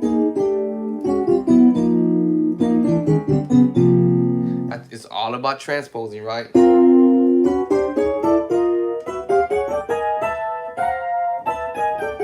And practice it up and down the keyboard until you get familiar with the voicings of chords. Did I throw that throwing thing again? What I took it to? What? Where did I throw it off to? All right, hold on, y'all. Let me see. I done threw that video again. Okay, hold on. I don't know what folder I put it in.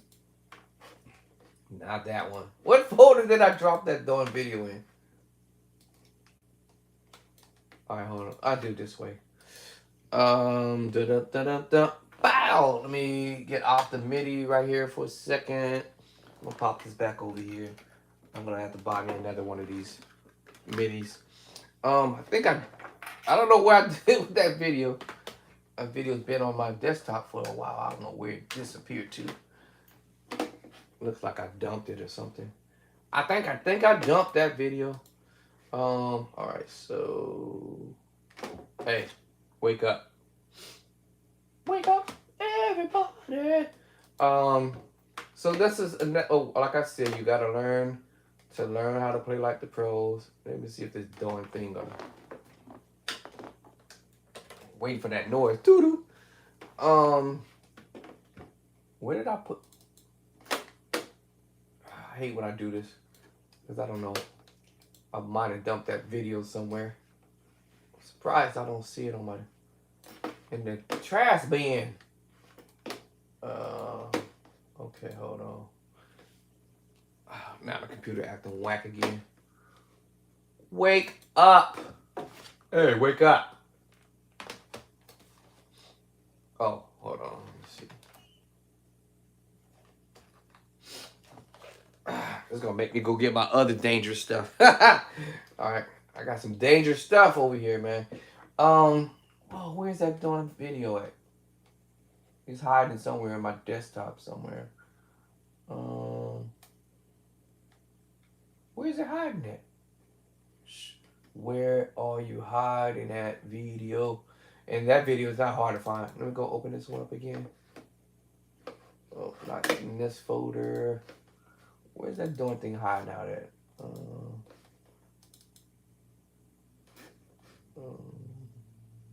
That's crazy.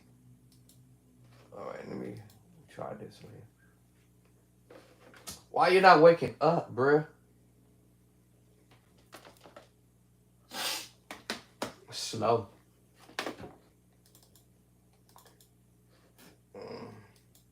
Okay, let me see if I can find this video. It's usually on my desktop. I don't know how it disappeared. Hold on, let me slow down. Slow my roll. And but you'll hear chords being applied. And so when you hear these chords that you will practice on, you're going to hear them. I don't know what folder I didn't drop this darn video in, but and then I might have to restart my computer because sometimes the devil be messing with it. The devil. It's awake. Usually I hear the thing that go doo doo. This is my real old Dell. Now it's trying to wake up. Let me see.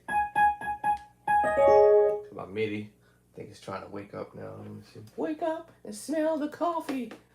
Come on and wake up. Wake up. I might have to restart the computer. Let me see. Okay. Wait, I just saw a message. What did it say? Hold on. Let me see. Do I need to go this route? Let me see. Where'd it go? Where? Oh, what's that? What's in here? I don't even know where I dropped that video at. Hold on, y'all. I think I'm gonna have to restart this computer. It be tripping out every now and then. Yeah, it's tripping today. Let me see. So let me do this. And I have no idea where I dropped that video at. In fact, actually, I had the folder here. Oh, now you want to wake up. Y'all hear it now? Want to wake up? Hold on. Now it want to wake up. That's crazy, bro. Oh, now it's waking up. Really, yo? After all this whole time, now you want to wake up?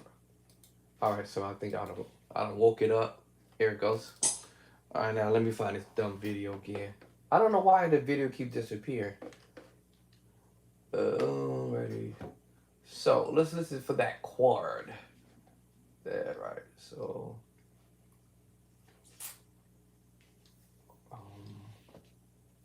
let's listen to that.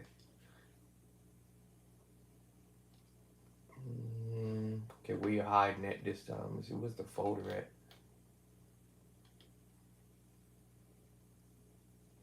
There it is. Oh, let me put this back on the desktop again for the 5th time. I don't know why that video keeps disappearing. It's weird. All right. He is Lord. So Josh Nash plays a song called He is Lord. So let me drop the volume first. I don't know why the video disappeared. First 2 chords.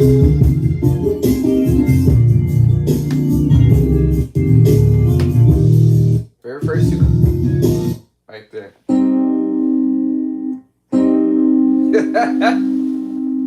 The very first 2 chords.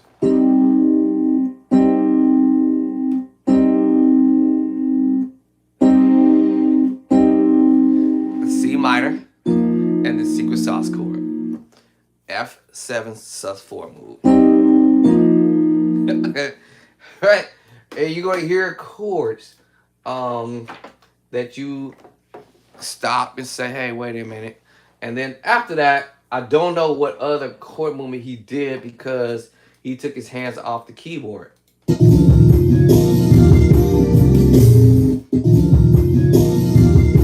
Da, da, da,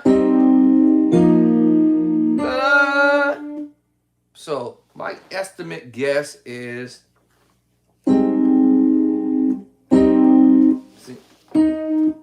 and I hear the tone at the top, which suggests C minor move, the secret sauce chord. I believe he's going to an A flat major 7. That will make me think that voicing, because it's the closest note in my mind when I hear that. Yeah, so okay, hold on. So let me see. Okay, that made me think. Not A flat major 7, but close. Cause I think he's gonna do it on the next one. So this is where he took his hands off the keyboard, and then this is where I think he played B flat, the E flat major 9 move.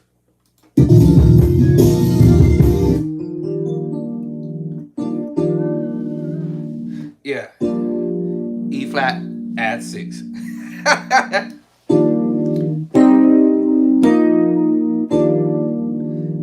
E flat major 9.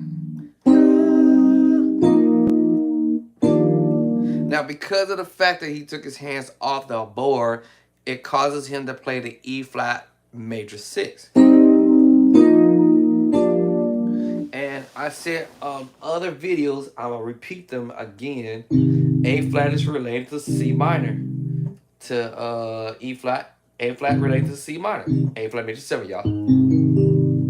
C minor to E flat. Cause you to play a C minor 7. E flat to G minor. Make you play a E flat major 7. Oh. G minor to B flat makes you play the G minor 7 chord. What? Yes.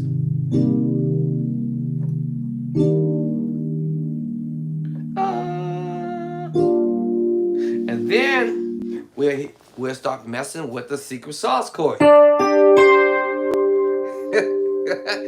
And you know what comes with the secret sauce chord, the sus2. And you know what comes with the sus2.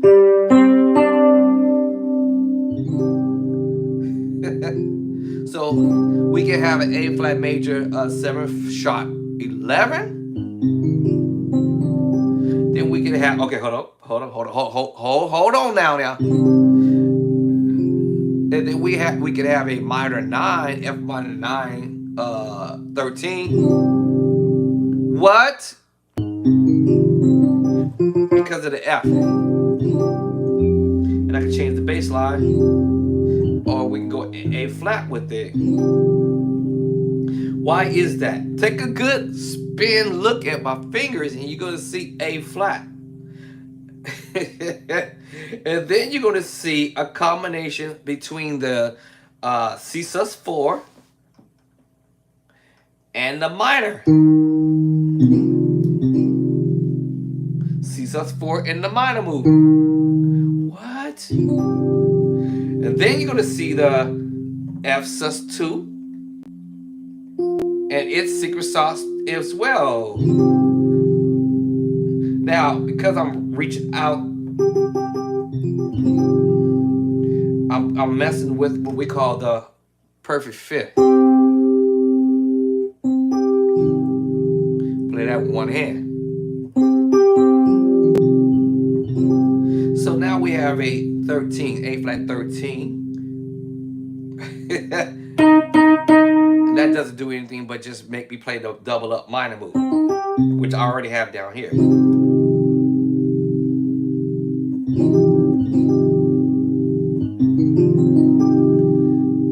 So now you hear me messing with that voicing. Doesn't do anything but to stay on the major 7. I'm sorry, major 13 chord. Now I can go to B flat, A flat major 13 sharp 11. And all these chords are related to each other.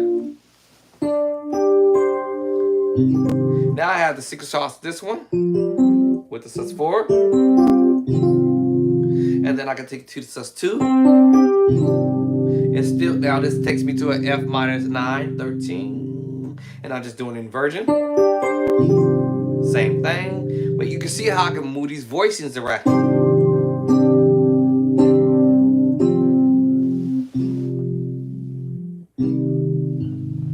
And B flat.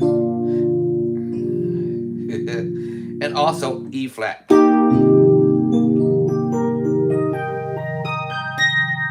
Inversions, right?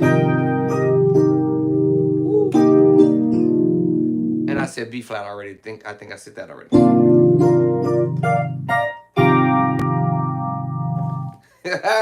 So when he played the move, I said, okay. Because that's all I hear.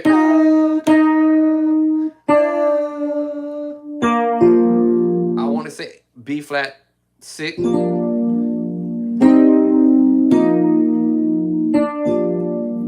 But just because he took his hands off the keyboard, had his hands probably would have been on the keyboard, I probably would have played the E flat major 9, which I was on the 6, B flat major 6, or E flat major 9, depends on. Or I will probably play this one. It's still an E flat major 9 yard. I told y'all these chords blend together because E flat and B flat is 2 major chords. And I just kind of gave y'all a little twanky twang, which I told y'all earlier about the sus2 chord and the sus4 chord, and it share the same secret sauce chord. And watch this, A flat, C minor. This is a C7 sus4. Watch this. A flat major 9, 13. Another way of approaching it. What? Now watch this transposing. There it is again. Now try to learn how to play like the pros, y'all. When Devin Walker's played that song Wonderful Chain. One. Y'all remember this already? G flat major 7 flat 5. F minor 7 flat 5. F minor 7 flat 5. E major 7 flat 5. Here comes the diminished move. D diminished 7. E diminished 7. There's an F minor 9, 11 chord. I kind of played it from another angle, which y'all saw me messing with. I forgot what it was, whatever it was I did, right? I forgot what it was. Anyway, so there was another way approaching the minor 9/11. There it is, F minor 9/11. There it is, right there. So I was like, okay, so that's what's happening there. E minor, E diminished 7, E flat diminished 7, and then he does this thing. You know, E flat minor 9/11. So there are chords that will be applied or played for sure. You know, you heard that. See, this is gonna be a major move, all because I hit that C sharp. If I took the C sharp off, it'd just be a minor move or minor 9. It can also go for major as well, depending on. Y'all remember me playing this earlier? I know y'all remember me playing this earlier. I told y'all.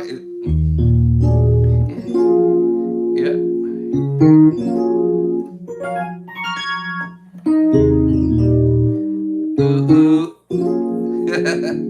Until I hit the E flat, or if I go to the C sharp, it just make me play the major 9 chord, the chord that y'all heard me playing earlier. All this type of stuff.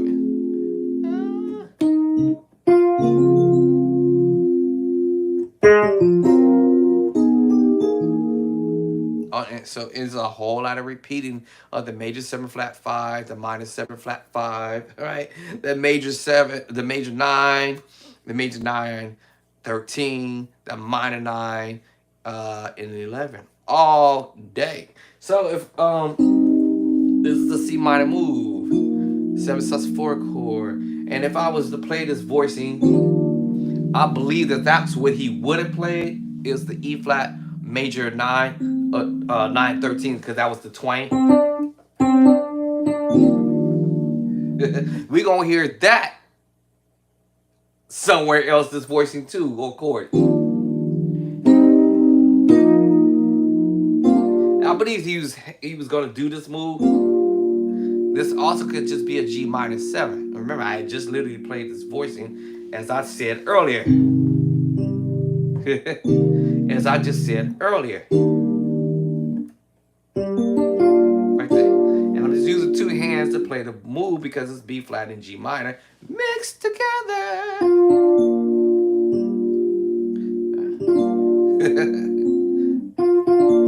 Yeah, mixed together. All right. Okay. So yeah. Da, da. E flat pentatonic scale. The E flat pentatonic scale. Yeah.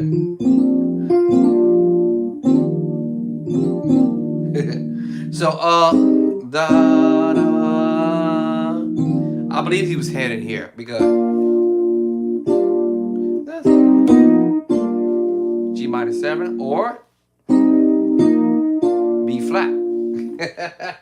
All right. Because he was doing something with the module or something like that.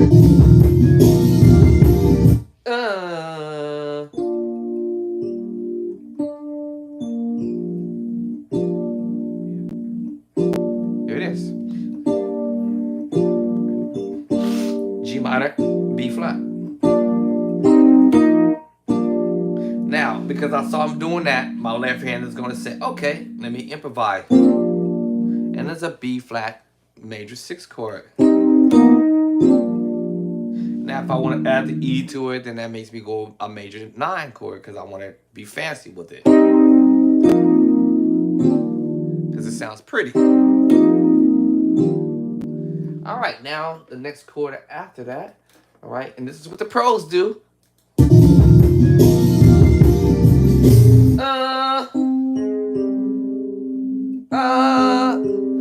The major 7, y'all. A flat major 7.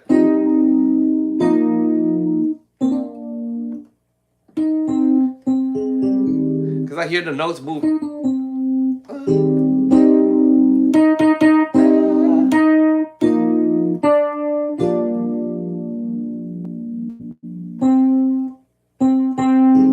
Hear that little note.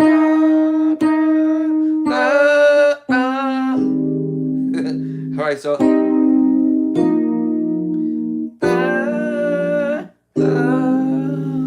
now because this time you do put the left hand on that voicing chord right there.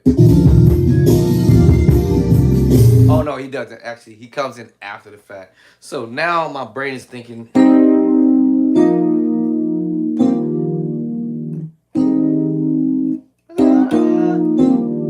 Now I might do this and close it in because I don't need to move my hand because my left hand is gonna pick it up anyway.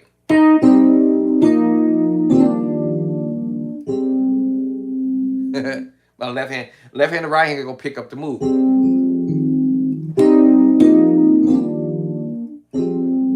F minor at 2, or I can go F minor 9. Right? Now I want to get flavorable because now at the end of the day I'm doing my thing. Right?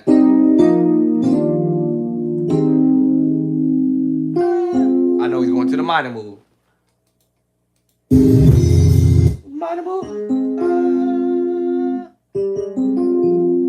I know he's going to minor move. And once again, I can want to color it. This is too dark, right? This is doing too much. That might even be doing too much. So I just bring it in.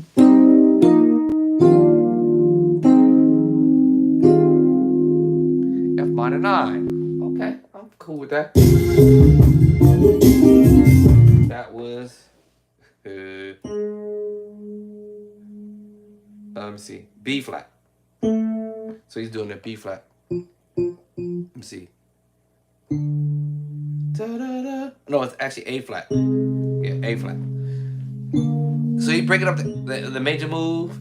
We call this the C6, the C minor 6 chord, the D minor 6 chord, and then he's breaking up the E flat major 6 chord with 2 hands. Technically,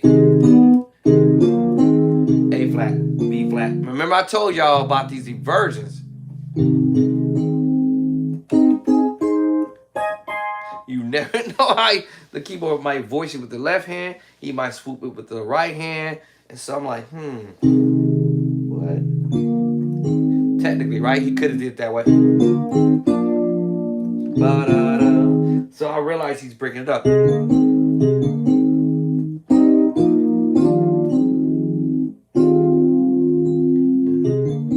That makes sense to break it up. Da-da-da. I mean, you know, either way.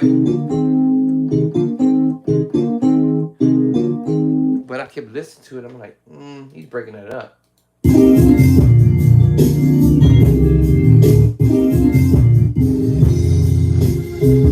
Yeah.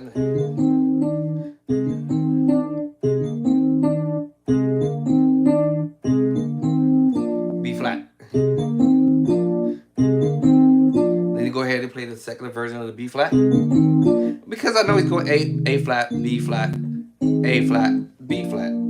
But he's breaking it up those first couple of notes or chord. A flat, B flat, A flat, A flat, B flat, A flat, A flat, B flat, A flat. Then he hits you with the B flat.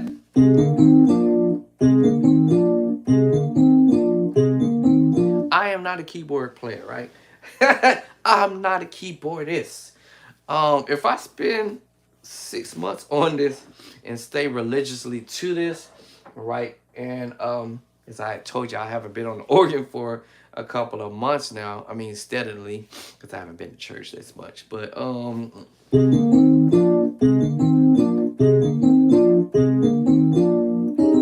he's going to the major 7. And I can hear the moves he's doing with the notes. Da da da da da. Yeah, so da, going to E flat, E flat. He's this. Right, so I hear the notes at the top of my ear. Da da.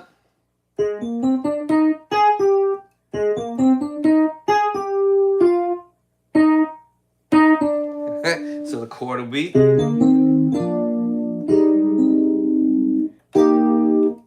flat, E flat, E flat to B flat.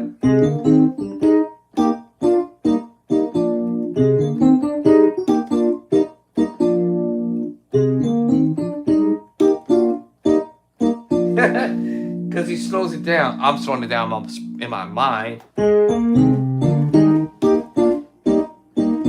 Or I can just do it like this.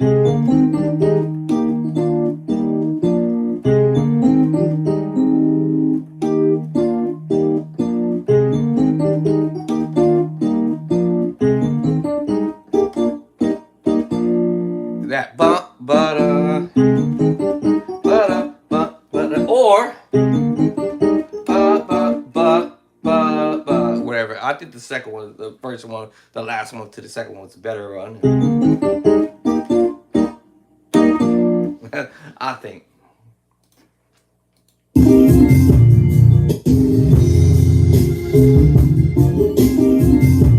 so right, that's what I think. And then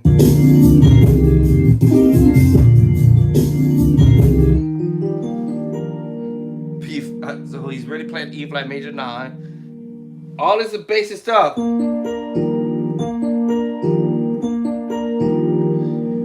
Now, a lot of us like to dress our chords, right? We like to dress our chords, and I can't help the fact that my left hand, as a rookie level musician, I can't help it that my left hand wants to say, hey, yo, you not leaving me out, all right? You're not putting me in a box, Doc, okay? You're not going to leave me in no box. So my left hand is like, listen, I want to make this out of something. And remember, all I'm using is the idea of the E flat. If I know my scale, 1, 2, 3, 4, 5, and I'm just gonna use my. All right, listen, y'all. Y'all better learn these 3-finger chords. 1, 2, 3. 1, 2, 3. 1, 2, 3. 1, 2, 3. 1, 2, 3. 1, 2, 3. 1, 2, 3. 1, 2, 3. Sometimes you might use the 2. 1, 2. 1, 2. 1, 2. Right? 1, 2. 1, 2. 1, 2. 1, 2. 1, 2. But some cases you have to use that 1, 2, 3. 1, 2, 3.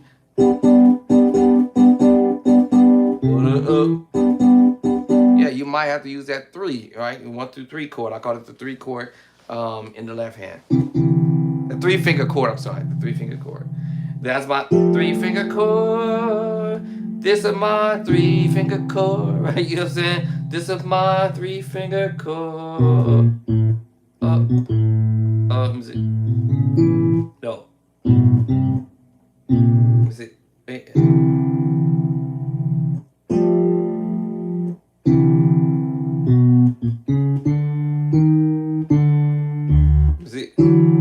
Let me see, hold on. Is it?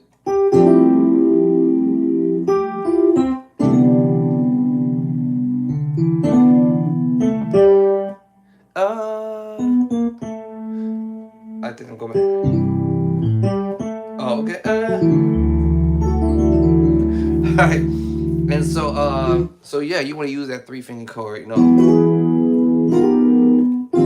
Alright, learn to use the 3-finger chord. So anyway. So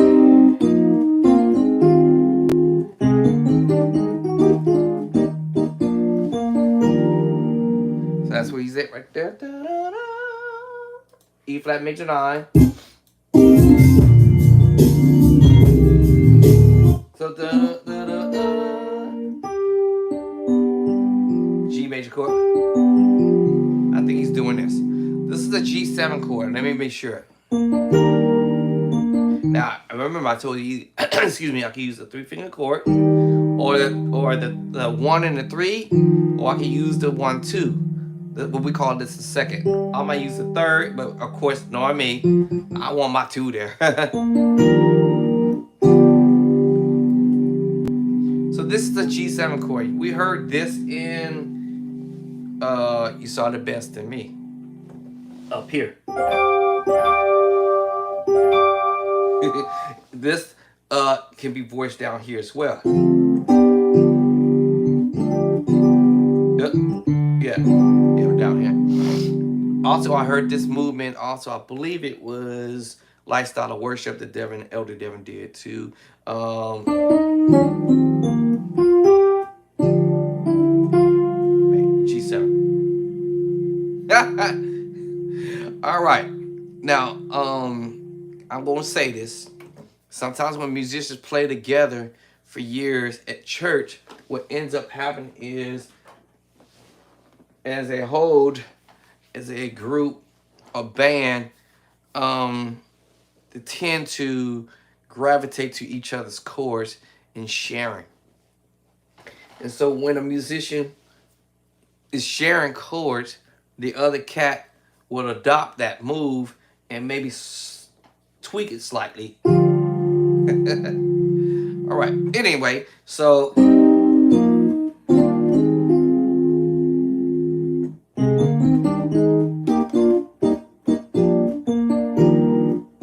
right. So this is a G7, and then he does this little melody, and he's doing this on the G major chord.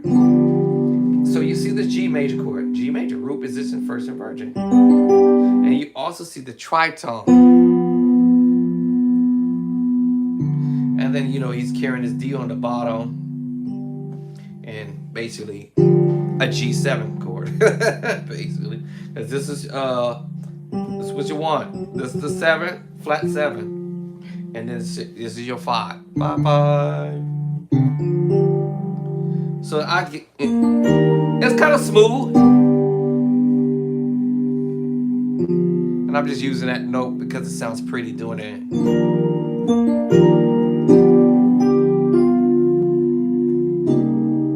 Oh no, E flat. I'm sorry, E flat. And that's when he's coming out of the song, the intro.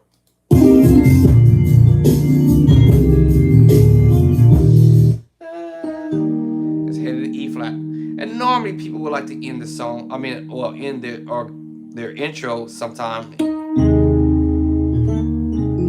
or something, and then take you into the song. So his turnaround was completely different. I'm like, what?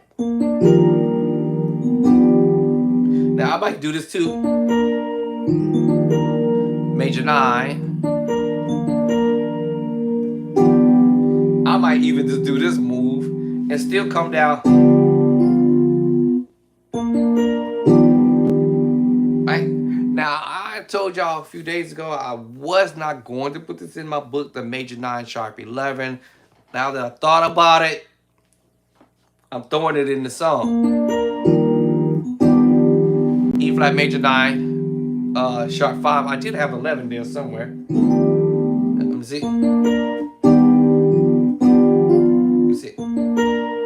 How did I do? Hold on.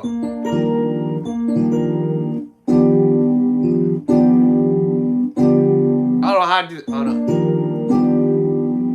Okay, so this is a major 9, sharp 5. I had 11 in there somewhere.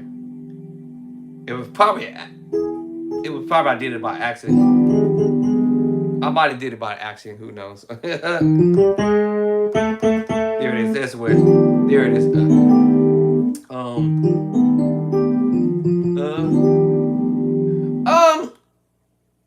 Hold on.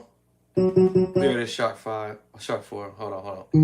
4. Sharp 4. So basically, what this does,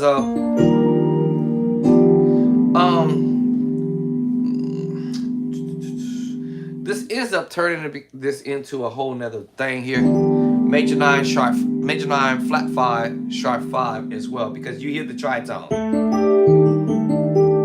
And that just brings me back to the major 7 flat 5 move that I mentioned earlier. And then if you can flat 5 or you can sharp the 5. Or I can play the major 9 flat 5. It's just you get a little silly with stuff. Let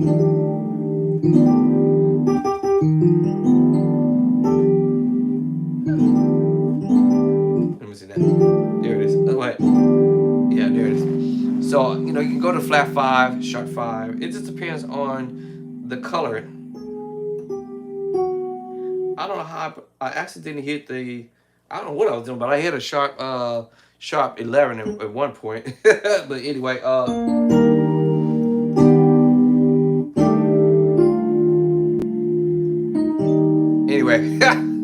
me see.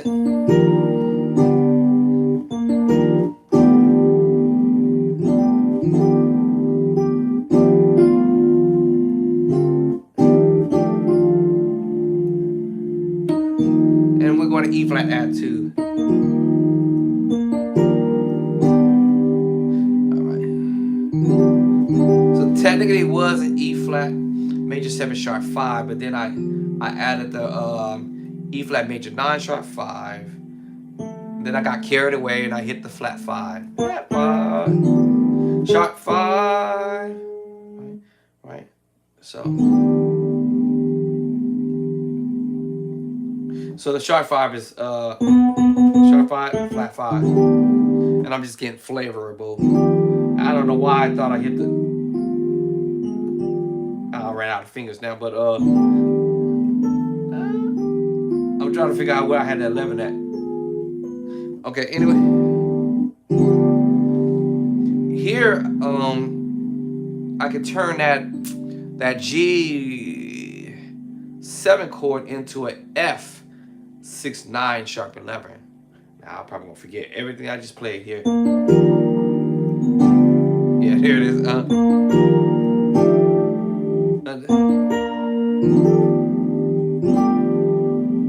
Because of this little move.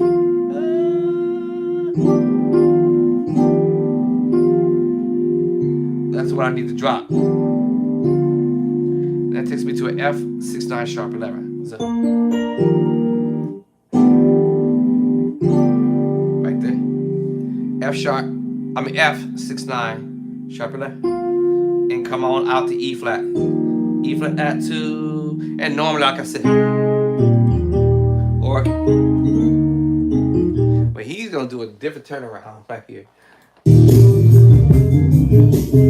What? So he's messing around with the E flat, D, E flat, G minor, A flat, G minor, A flat. I'm sorry, G minor, A flat, D flat. But he breaks it up. So we have the major 6. Alright, so we have a B flat 8 major 6. 6 with the TH. Sixth. No. B flat major 6. A major 6. And then he's doing this. D minor 6. C minor 6. Back to D minor 6. E flat major 6. And back down. Back down. Back down. So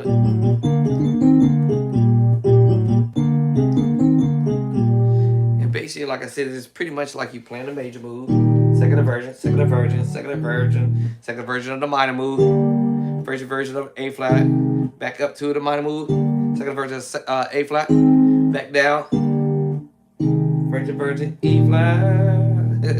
All right, woo, that was a lot to do there. So, what am I going is, like I said, if you want to learn how to play like the pros, people will say, listen to the pros. All right, go listen to the pros. But learn them chords, I was saying, your major move, minor move, augmented, seventh, diminished, dominant chord, major 7, sus2, secret sauce, the other sus4 chord, almost forgot. And then tritone. And then create the what I say all the time, mix and match chords.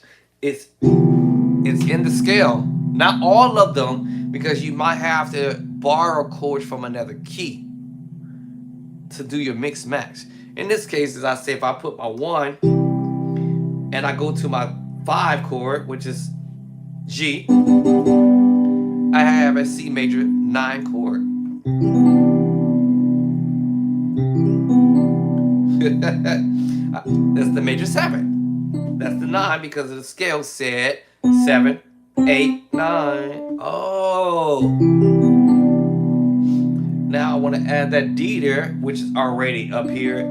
I'm just flavorizing. I told y'all better learn that y'all 3-finger chord, right? It's gonna be your friend.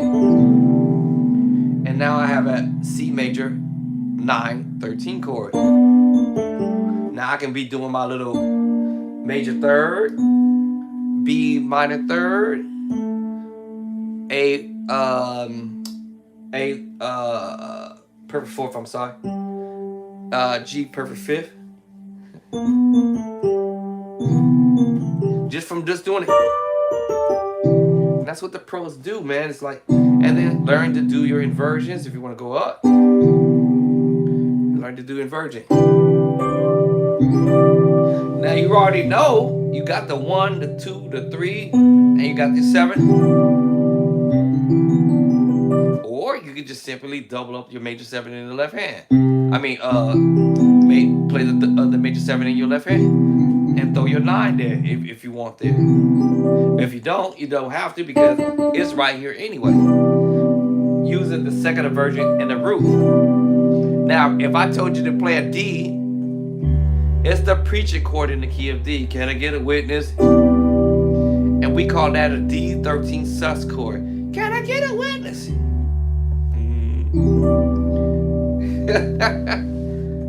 Right?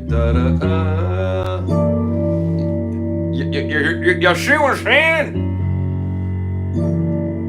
And I told you, learn your tritone.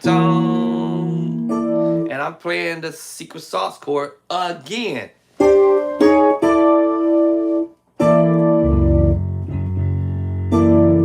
Let me go to C, baby. Can I get a witness, right? Remember the voicing, right? C major 7 in the left hand. We have the major, C major, and that's the 1. And I have the third in that scale, which is E minor, together. Create the C major 7. In my right hand, I'm just going to pick up the 2, which we call it the 9 in the C scale. 8, 9, right? Right? 5, and there that the 2 technically, right? The 9, right? The 5 or the 12, the 14 or the 7, if you will. And right back at it at the same thing. And I have that preaching chord, but it's a D7, it's a D13 sus chord.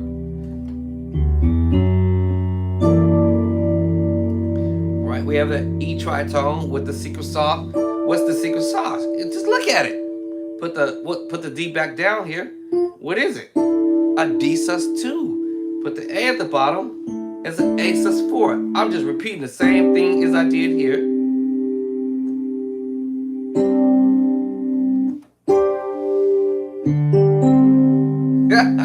And now I'll just transpose that and did the same thing here.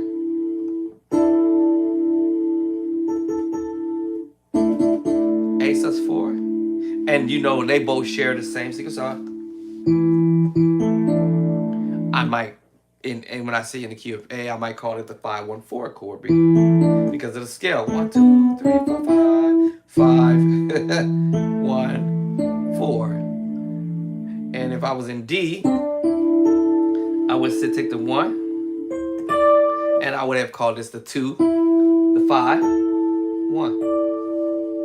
At the end of the day, it is a E7 sus 4 chord with the tritone over F sharp. And I wanted to see what happened if I go to D to C with it.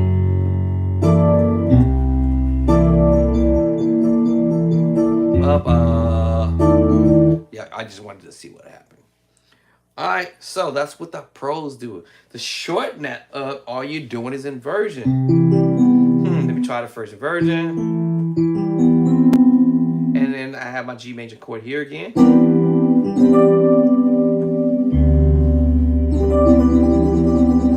And if I don't feel comfortable with that, I'll put the E here. And I'll play the second inversion of the C major 7 and hit my D down.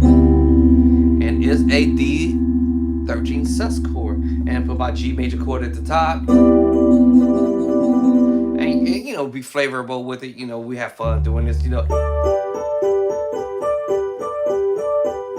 flickering with the fourth, perfect fourth, flickering with the major third. Now, without the bass line, this becomes an A minor 11, A minor 11, A minor 9 11. Or this can also be a C major 9. I'm just doing it in inversion until I hit the note that makes me go to minor. A minor 9 11, major, minor, major, minor, major, minor. So I can play around with it.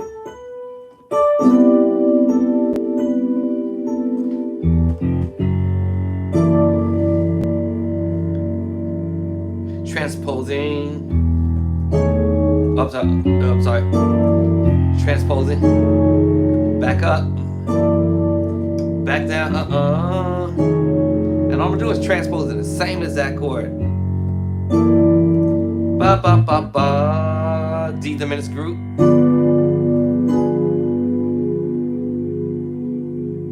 Or hold on. Yeah. Yes, the D diminished group, family, if you will. Or F diminished double up. It doesn't really matter. You know what I'm saying? We're going to the 5. Play the same chord. And there you go. Your minor 9/11 move. Ba ba ba. Ba ba ba. Uh-oh. Ba ba.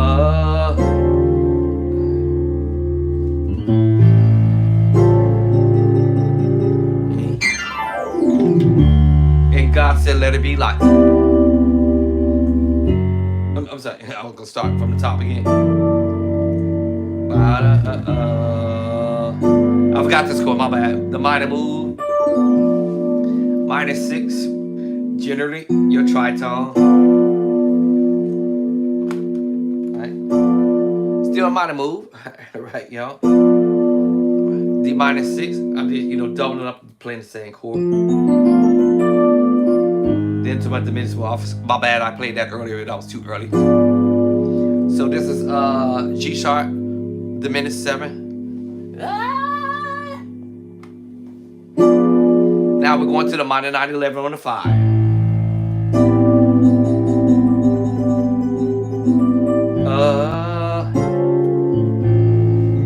All this was a C major sharp, D flat major, or C sharp major chord, sharp to 5. That augmented chord I told y'all about. Remember I said major, minor, augmented, and 7. So you have a C major 7 sharp 5. Half step up is C sharp major 7 sharp 5. Okay, with the tritone, we're gonna have a C major 7 flat 5 sharp 5. Flat 5 sharp 5. Now, without the C on the bottom, this makes me play a minor 9/11 chord. I'm sorry, minor 11 flat 5 chord now. What? This makes me play, without me playing the bass line, this is gonna make me play a F sharp, okay? F sharp, or depending on the key signature I might be in. Yeah, D, right? Or whatever. Actually, if I'm thinking about playing in C sharp, matter of fact. Yeah, because it would have been this on the 5. But without me playing the bass line, it is it's a tritone. I'm just splitting the tritone up with the major move, which is the E major chord with a F sharp or G flat tritone, y'all. Causing me to play an F sharp or a G flat minor 11 flat 5. Sharp 5. Flat 5, flat 5, flat 5. Flat 5. It's only when I go here, and then now we have the flat 5, sharp 5, sharp 5, flat 5. So that's why they say flat 5, sharp 5, left to right. And if I took that same information, I want to play this in the key of D. I go to the 5 in D and just transpose up. And this will be a C sharp major 7 flat 5, sharp 5 all day. And then you take you back to your 1.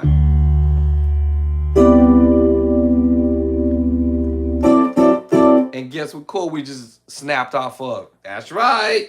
Remember the secret sauce chord? And see, can I get it? I don't remember. So you see, so you can play around with this move. Right. And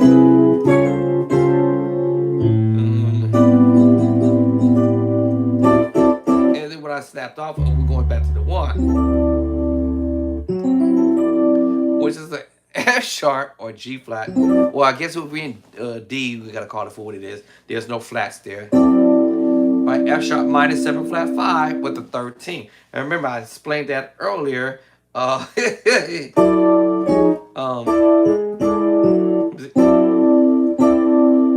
that tritone, 1, 2, 3, 4, 5, 10. Major, major 7 flat 5, and then we have the minor.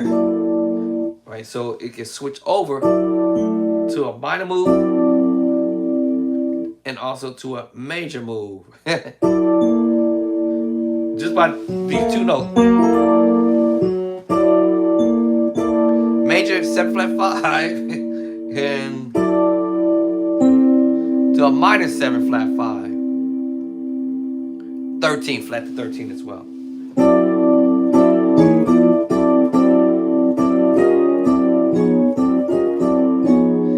Basically, we all hear this all day, you know. E minor 7 flat 5, flat 13. Half step up, F7 minor 7 flat 5, flat 13. D, C. Now, because we hit the bottom note, the bass line, it's making us now changing the name of the chord, causing us to play this. Y'all remember the chord? I told you if you learned it. The C7 chord, we might use the word dominant chord, right? And so that's our 9, right? So you might see this voicing. I know we're using the secret sauce chord to do it. But from this angle, we still have that E and a B, which is our 1 flat 7, 9, 5, and in the scale of C, the 1, which we might call it the 8, but anyway. So this is a C9 chord, and we just transposing it. D flat 9 chord, but without the bass line, it's a minor 7 flat 5, right? Flat 13 movement, and we play this a lot probably, and pretty much in everything, right? A flat minor 9. It's probably an accident because I'm hitting 1 extra note. There it is. Major 9, B, all right, B major 9, because I'm hitting the A flat by accident, causing me to play the minor 9 11, y'all. Just by 1 note. Once you play a major chord, major 7 chord, and by hitting 1 extra note, you end up in a minor 9 chord. I played that same chord a minute ago here, and here, and here. The same chord. It's the same chord. Same chord all day. Let me see. Oh, hold up. Let me see. Hold up. There it is. Let me see. Let me try to drop that 11. Let me see. That's 11. Let me see. Yeah. Minor 9 11. So there's so many ways to approach the minor 9 11. All right.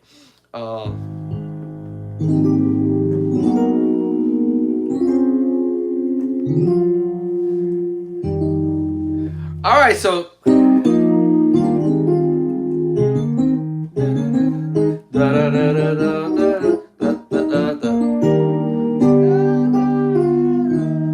This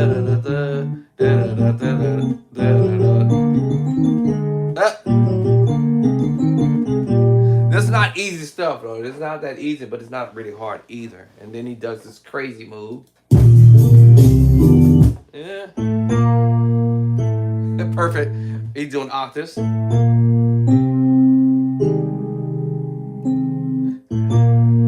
This gets crazy right here because so we're going to the minor move I told y'all, remember earlier.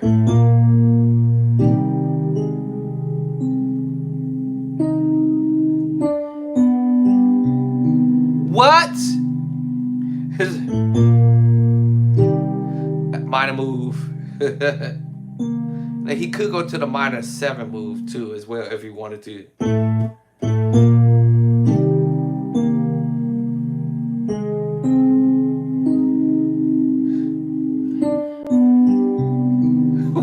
What is going on here, right? Minor move. And he's doing his major 7 now, turning it into the A flat major 7, I think.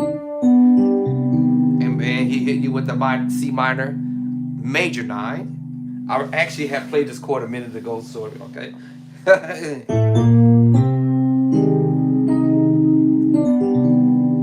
Alright, now, if I got my finger in the right spot,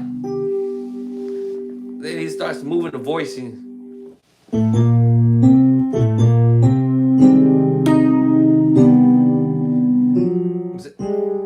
Let's see how I get there. There it is. So he's doing inverted. And I might have to do this. That makes me go into a flat diminished major 7 move.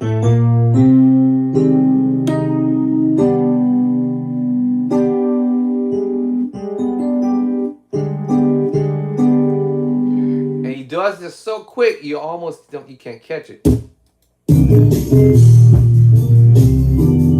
Yeah.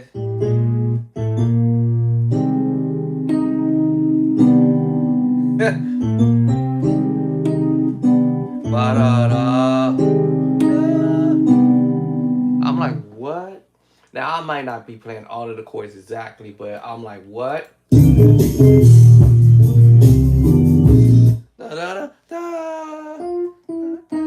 Yeah, so it's like you doing this in.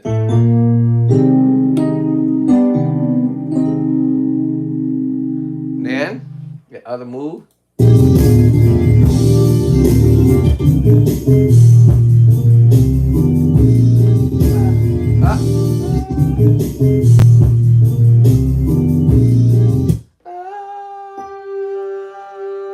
I said that earlier.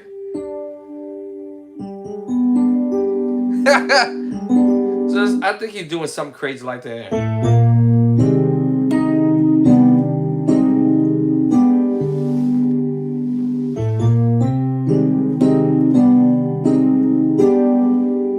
So this is basically, we already established the minor move, the major 7 move. Then we established the minor major 9. Back to it, sort of. And then A flat diminished major 7. And I think he's gonna reach.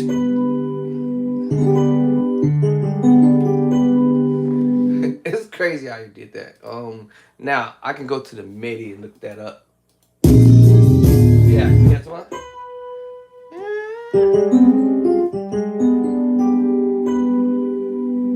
And then he takes his hands off the keyboard with his left hand, and then the organ picks it up. Yeah,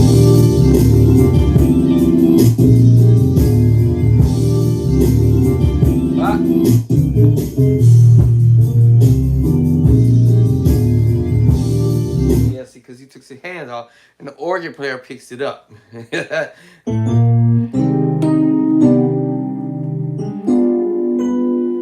organ player picks it up. And then E flat major 9-13 because the organ picking it up.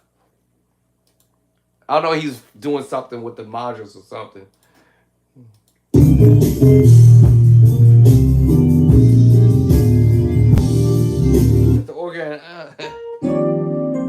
That's the organ picking this up, the rest of it. By this time, he had already moved his hands off the keyboard, doing something, and the organ player picks it up. This part, and then this part. And then he finally gets back on the board. That's when he comes back here. That's when he picks that up. I was like, okay.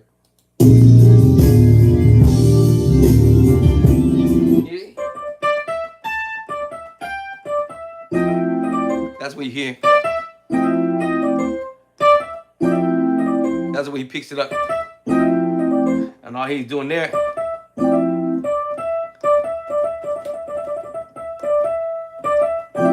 It's kind of like he's twanging it on the C major chord. And remember that the little 3, 2, 3, flat 3, 2, 1. So, and then he's using the major 7 chord. I might throw the 9 in there to kind of flavorize it. I might even throw the 13 in there to kind of give you that.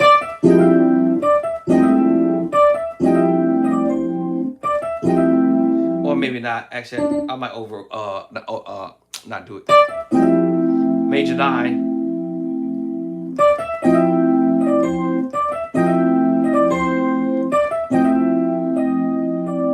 That makes me go to the major 9, 13, and back to the major 9 because of the D. It's the 6, it's the 13. All right, 10. Try to learn to play like the pros, right?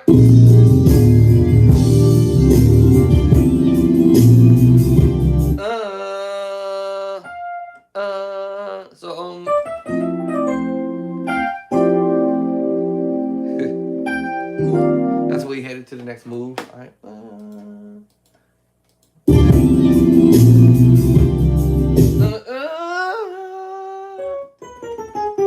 Yeah, so I know what you're doing.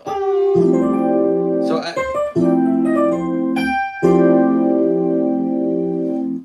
that's weird. Da-da. So he's doing that.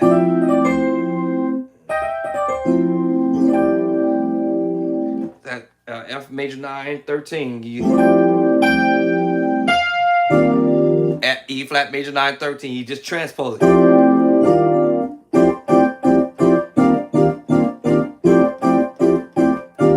Just transposing the sus4 to the other sus4. And then he's changing the major 7 to the next key, half step back.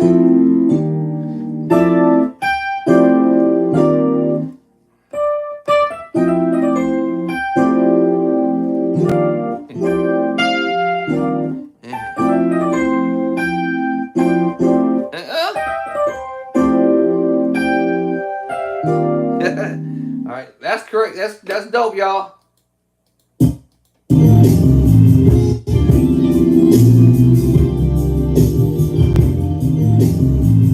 So you're doing it.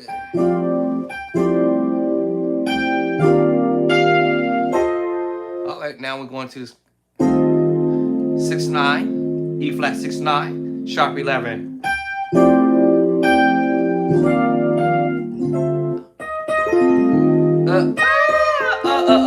It's a minor move technically, y'all. Except for that right hand, it's an F major flat 5 chord. We call it the dominant chord. So if it's F major 7, and now it's an F7 chord. Remember, like the C major chord, and we flat it. So he's doing the same thing with this F major chord. F major 7, flat 5. I mean flat to 7. In the right hand, he's using the tritone. However, he's coloring it using what I call it the C sus2, G sus2, and we have the tritone because it's mixed together, right? Or actually, you heard me hitting that voice in there. Depends on how I want to voice that. Either I'm gonna hit you with the 6-9 sharp 11. Let me see it.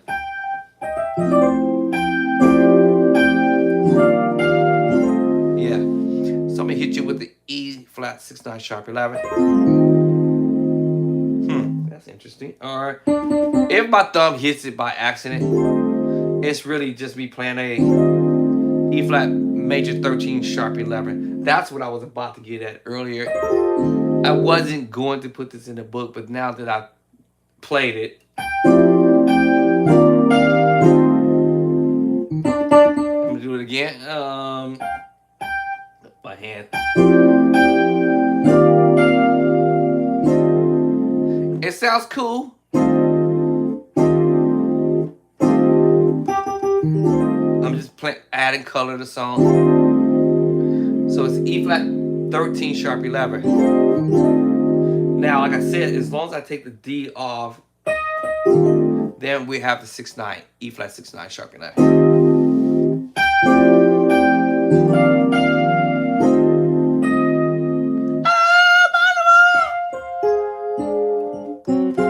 I don't really like this one. I'm gonna color it. Yeah, I don't really like it. I hear that.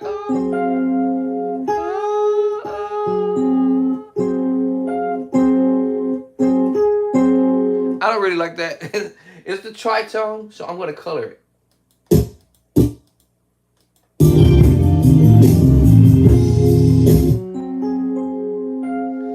It's too plain to me. Anyway.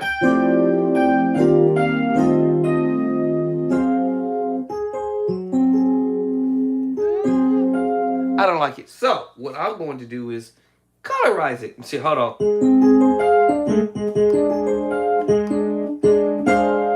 So, actually, I'm going to colorize it. I mean, it's okay.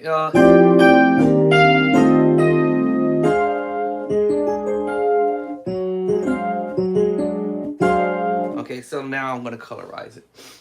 Colorize it.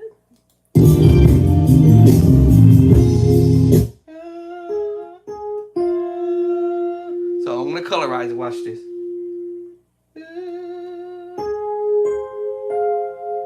It's a minor move.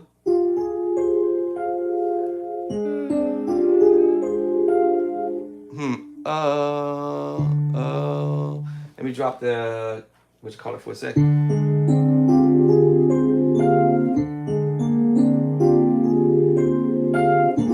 There it is. If I remember what I just did. So I went ahead and colored the tritone. And I went ahead and said, So here you go.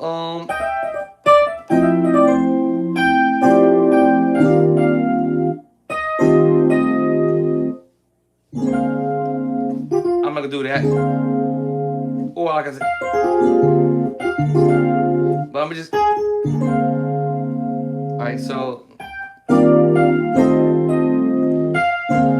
yeah, that's good enough. Alright, so I'm feeling that.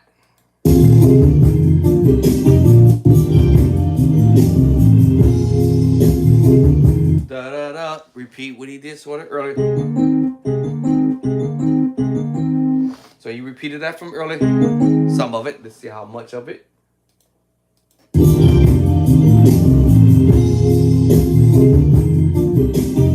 Da da da ba ba ba da.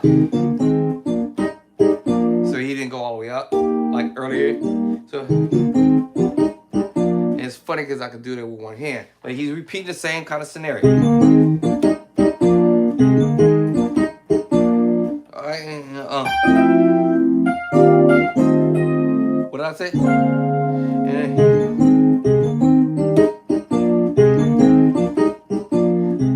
Basically, you just repeat the same thing. So you pop that pop, pop, pop, pop, pop, pop, pop, pop, that A flat and pop it back down to the B flat. All right, game on. Do do do do. We already know the chord. Minor 9, minor 11, flat 5, all day. Why? How do we know that? Remember this? Yeah. All right, you can hear that. Yeah. minor 11 flat 5 all day. What? All day, y'all. Yes, minor 11 flat 5 all day. Every chord I'm doing right now, y'all, is going to be in the book for my beginner musician. So you will not be left out. You can buy my book as soon as I'm finished putting it together.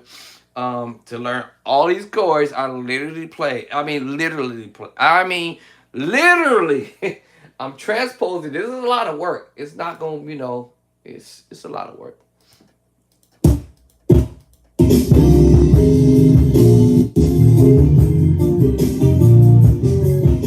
Da-da-bum-bum.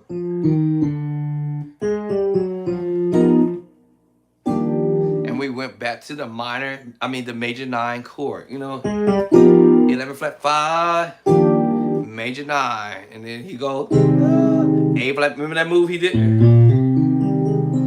He went back to this. Let me see, to that, and then go to diminished, D diminished 7, miss.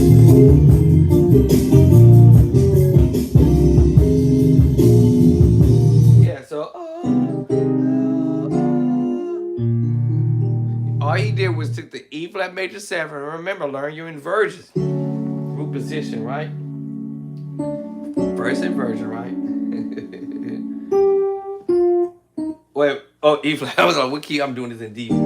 E flat root position. I'm sorry. First inversion, second inversion. All he did was took that and put it in the left hand and surprised y'all with the move hitting you with the minor move. E flat major 9. I'm sorry, E flat major 7. You could do the 9, but that's.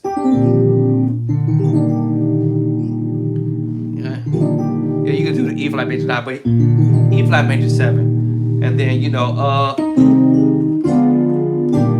woo! This is like he is, I forgot the word. Here's busy fellas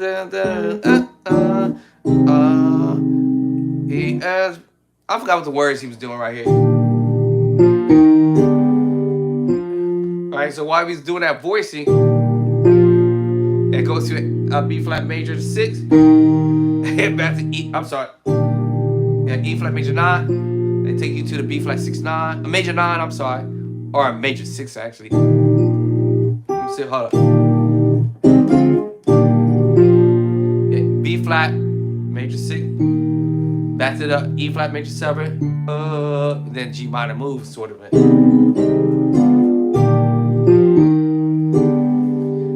I played this earlier. A flat major, A flat diminished major 7. Alright. There's a D diminished 7 from that angle.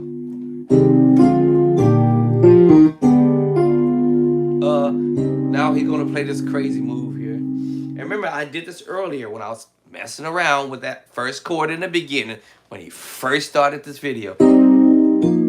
Remember that? 1, 2, 3, 4, 5, 6. There it is. With the tritone. E flat 7 13. It's no different from when we did that in He Saw the Best of Me, transposing. Hold up.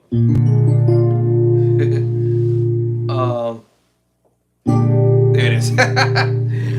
B flat 7 13. This one here is E flat 7 13. What? And this was the minor move being transposed.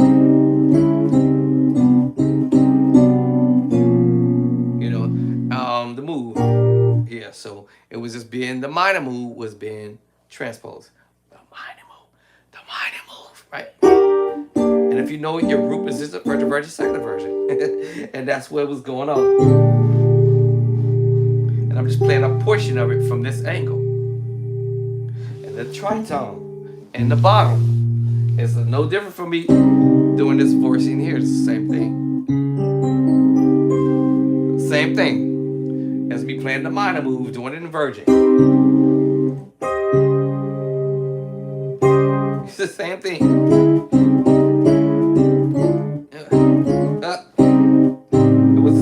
I said from earlier when I was saying it could be your 7 chord. Right? Yeah, it's your 7 chord, right? 7, 3, 6. You're going to the 7 move. Okay, y'all. What else? I don't forgot what I just played just now. Oh.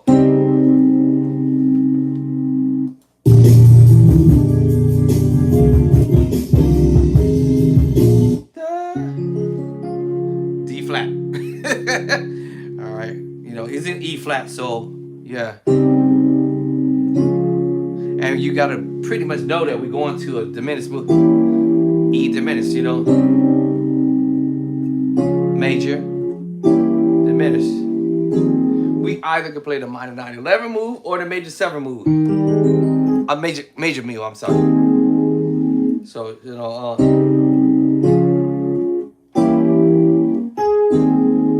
major 9, major 7, major 9, or major 7, major 9, or minor 9/11, whichever voicing you want to hear.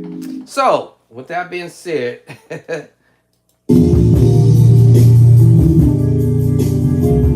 oh, wait, hold on. I forgot who. Yeah.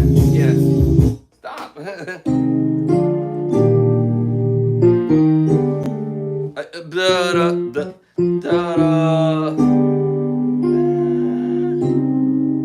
Right?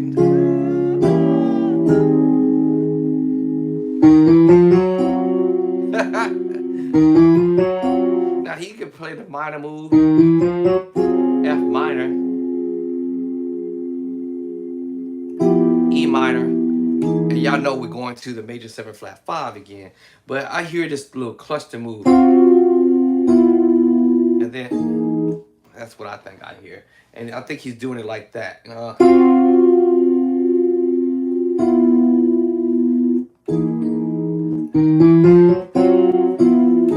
That's what I think.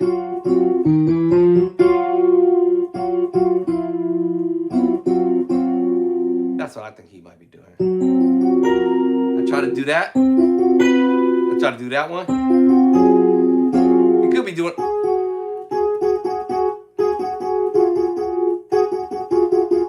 He could be doing that too. That might be what he be doing. I don't know. I'm no expert.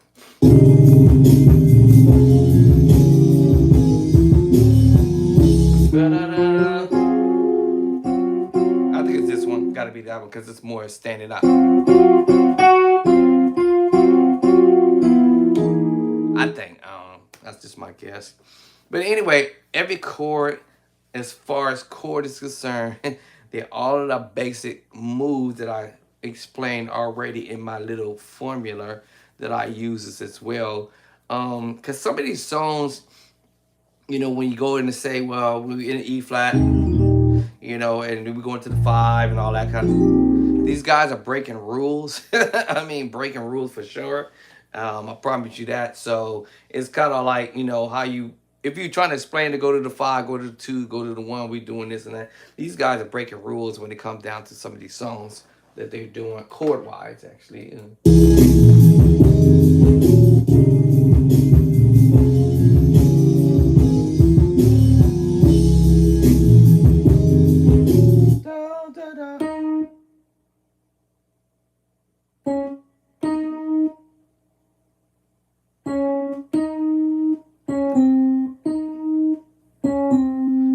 So I hear that at the top of my ear.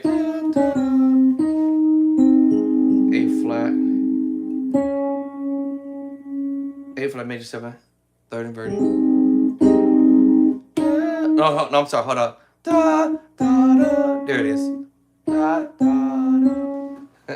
right, I have to hear that one more.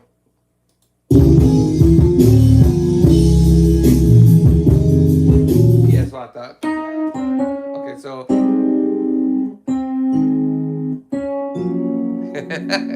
A flat, major 7, third inversion. A flat, second inversion. And then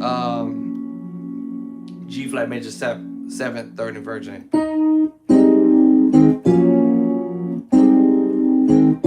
So after all that craziness,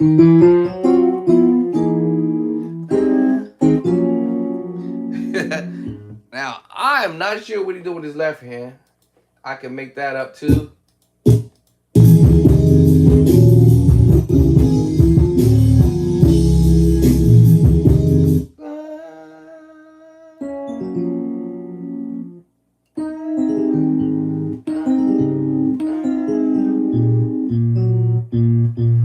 Let's see. Yeah. I'm trying to see something. Yeah, I can probably get away with this one.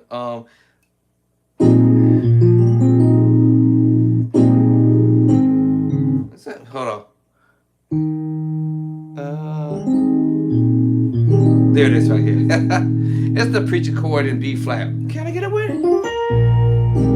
The B flat 13 sus chord. It's so many ways to approach this stuff, I told you. So when he was doing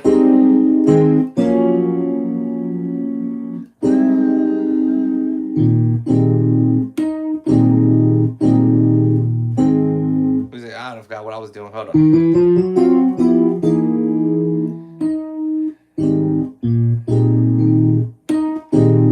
Here. So I would just get out the way of here. I won't play nothing much, but just here for sure. And yeah, I will just not play no note on that second chord. I might even not even play a note there, because as long as I go da da. Now I might do it here. I think this is Oak Hill here.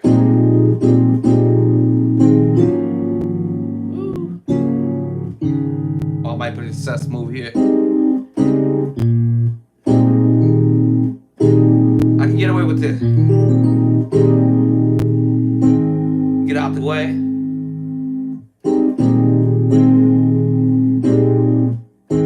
Hold there. And stay there. That's probably how I would get away with that.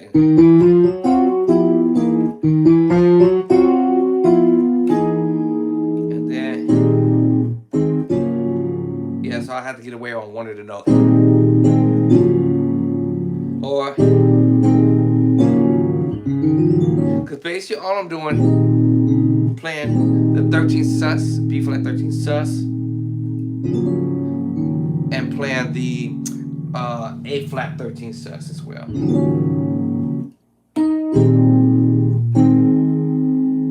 Yeah, that's what I think he did. Oh, how he would have done it. Let me see.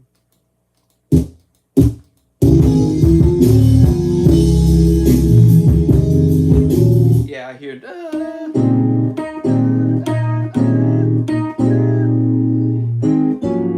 right there. So B flat. Actually, I don't have to put the other finger in it. But flavorizing it.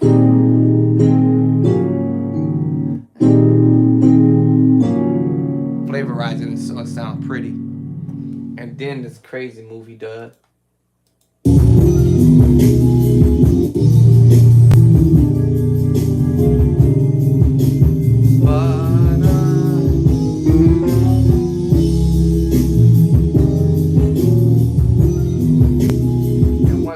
Taking his hands off the keyboard. So my observation will be and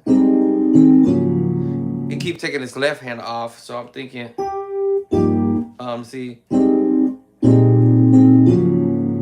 then he go, I think it's going here. See,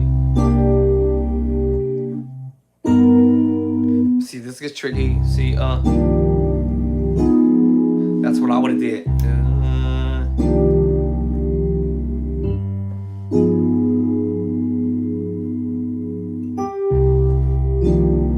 That's what I'm thinking.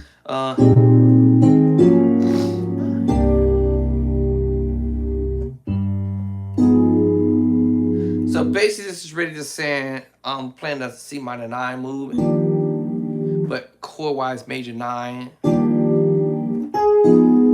F minor 7 flat 5, and roll down to the minor 7 flat 5. And instead of me playing the minor chord here, I'm going to major because it's like.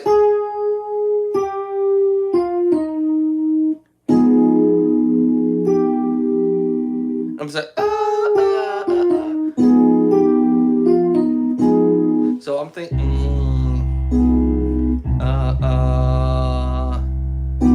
Hold on, my brain.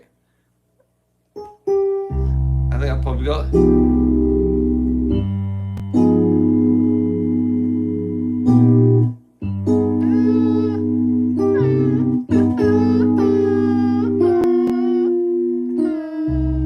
Let me see. My brain's. Let me think.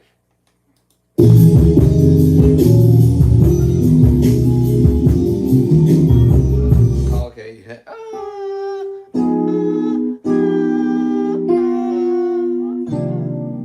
Yeah, it's bringing me back into the minor mode. I have no idea what he's doing right there, but I can make that up too. Let me see something. I might have made that. Let's see. I may have made that. Don't you be surprised. I may have made that. Okay. Give me a second. Disconnect. I'm supposed to hear the doo-doo. There you go. I was like, where's you at? Doo-doo. Doo-doo. Thank you. Thank you very much. Let me see how that ended, that part. Okay. I'm curious how actually, because let me see, that's toward the end. Let me see. It's my brain's thinking.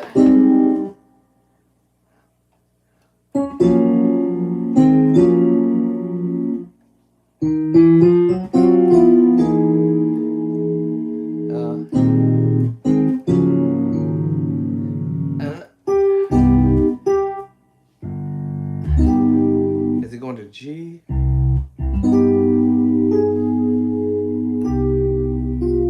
Let me see. I feel he's doing it.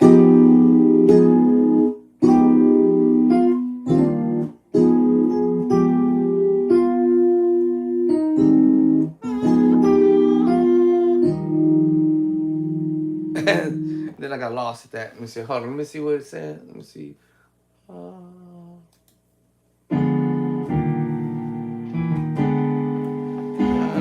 Here we go.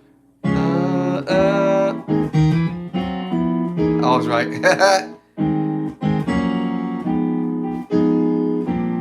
Oh, okay. Okay, I missed it. Okay. All right. So I was right.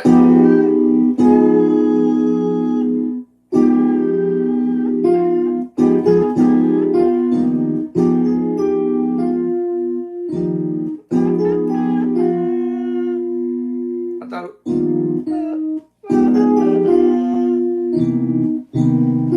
Hold on. All right, hold on. Let me see. What was that?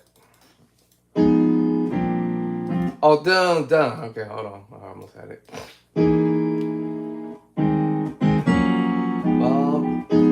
I got that. Which I was right. Oh, okay. So I was supposed to go this way. Okay, that's just minor F minor 9 11 F minor 9 up to the B F minor 7 flat 5. Okay, hold on. F minor 9 flat 5 up to the F minor 7 flat 5. Okay. All right, hold on. I was close.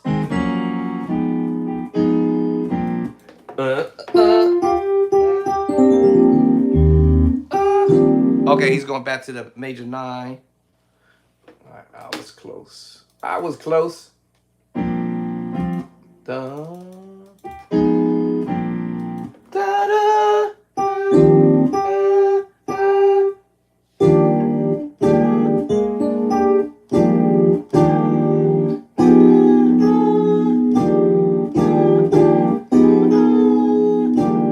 I was close. Woo! I'm gonna be like Ric Flair. I was close. Woo! Oh. Okay, I was right. It's same chord. F minor 7, F minor 9 flat 5, F minor 7 flat 5, and this is back to the E flat major 9 chord. That's what what I thought. All right, and then.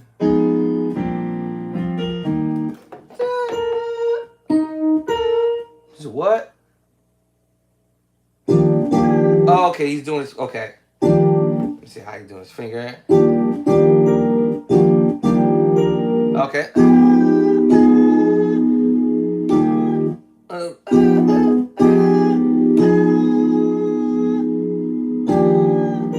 Okay. Okay, I got you. I was like, how that pinky supposed to reach that? Okay, I got it. Okay. I was close. Let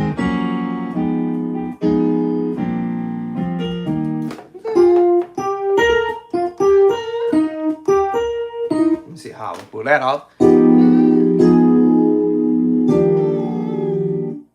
See how you doing it? Oh, okay. The left hand got to pick it up. Okay, I got it.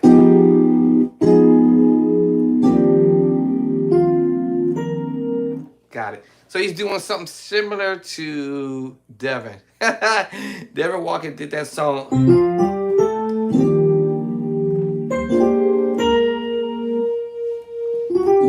That's how you do it.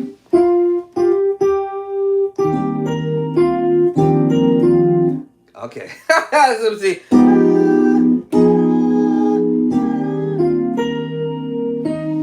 Okay. Alrighty, man. Y'all about to.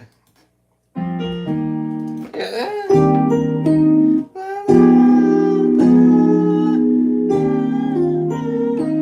Okay.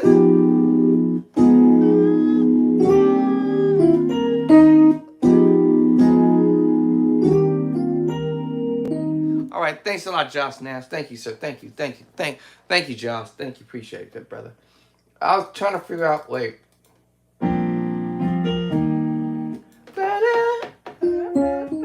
Yeah.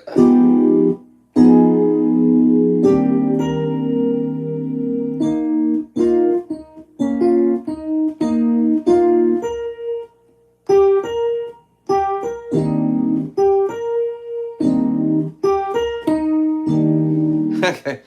All right, let me see. Hold up.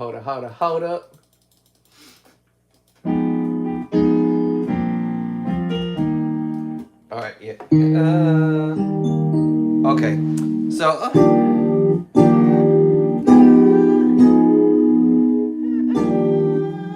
I have to do that with my left hand.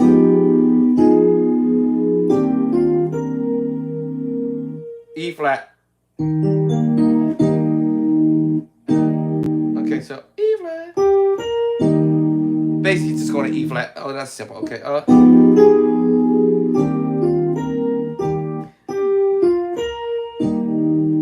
Okay, I got you. Now, normally, I'm gonna probably do it like this,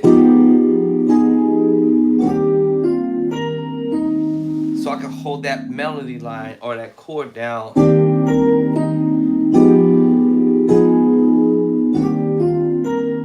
Because Elder Devin did this same kind of move. Let me see.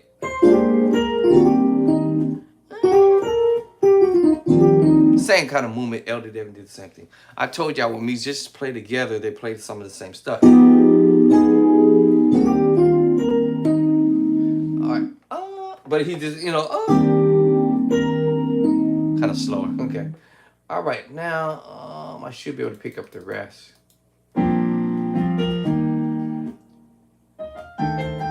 Yeah, I know that. Nope.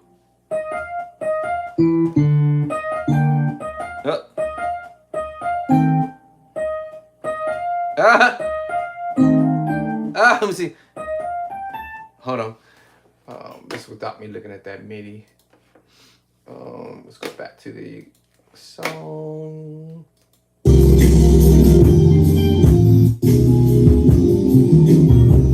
Yeah, so and then that alright, so you should be doing this next.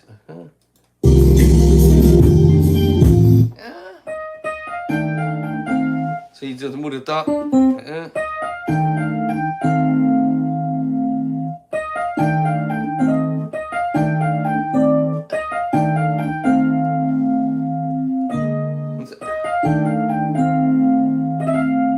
I'm doing throw my own little spread in.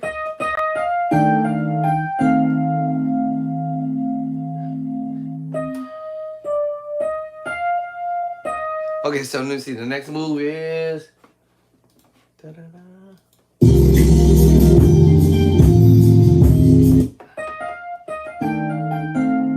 Going to A flat.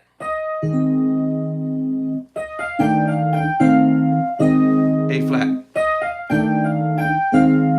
A flat.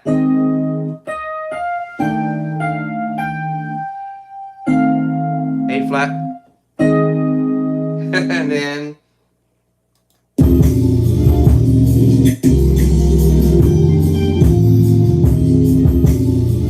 There you go.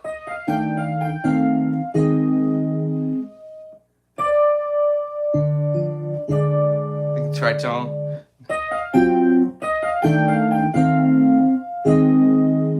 Remember that? Remember my tritone move? Remember my tritone? All right, so I remember that. At least I got that right. I'm at the end of the song. And that's what it, remember that? So let me see. Let me see how you.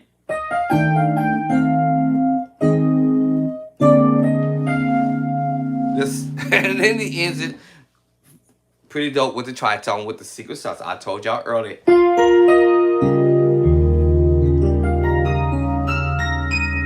See.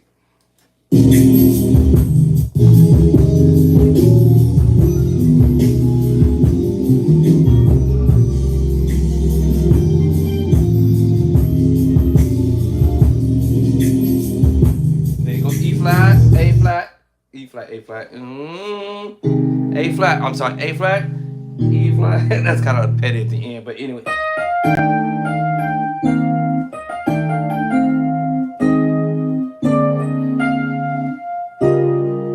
A flat. Right? That's how he ended up.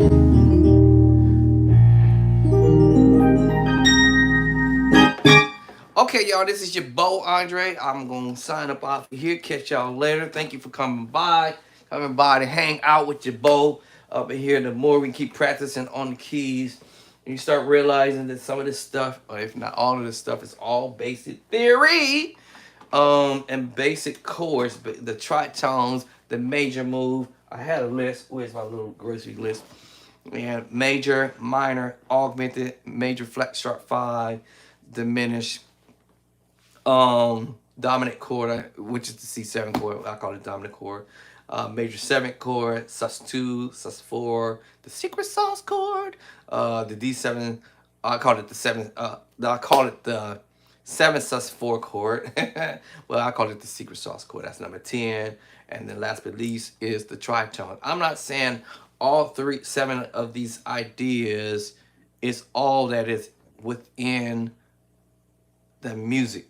But from what I gather from listening to this whole ordeal, I can pinpoint what exactly was applied by marking this off to say, okay, we're doing this minor. Check mark. Secret sauce chord. Major 7 chord, check mark.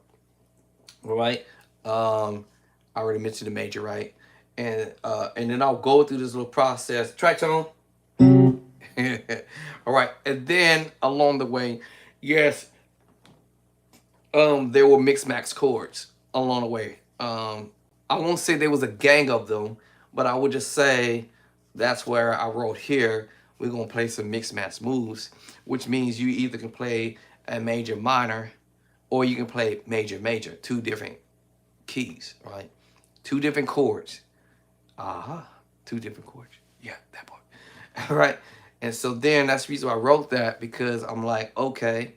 And then I can look at what wasn't done in the song and listen to what was not potentially played in the song. Was there any augmented moves?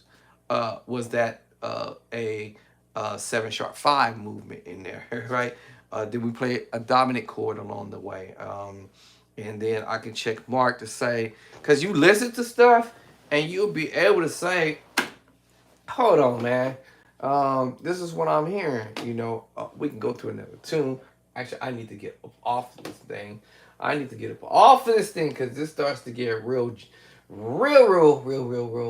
hefty here. But again, go to another song, pull another song real quick. I'm gonna end this early on time. I'm gonna try to end this at 6 o'clock on time. Yesterday, oh my God, last night I was delirious, y'all. I mean, I was messed up. So fast forward this. I'm listening to it. Check mark, right? I know some mixed match chords gonna be in there for sure. So here we go. Mixed match chord. All right. Two mixed match chords there. Two mixed match chords hit A flat in the secret sauce, and back to the mixed match chord again. Okay. Still mixed match chords there. I told you these chords is gonna be played again. All right. Let's see. Now we got the tritone. Y'all get what I'm saying? So now I can check mark and say, bam, in this song, we got this cracking, we got this cracking, we got this cracking, we got this cracking, we got this crack. This I didn't hear, this one I didn't hear, this one I'm not here, this one I didn't hear. And you literally can break this song down to the point okay, this ain't, this, no, dog, this, no, bruh, I'm not hearing this, Watch this, here's one more, and I'm gone. Come on, open up. Open sesame. Here go another one. Oh, where's my volume at? Watch this and I'm out. First chord. That was a long intro. The first chord. Y'all know what it is. I know y'all gotta know. Hear it. One more time. Here we go.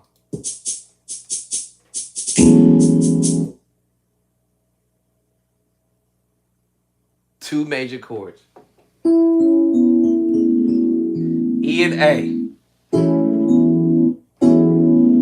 E and A. All I have to say to myself, mixed match chords. That was the very first thing. All right? The very first chord.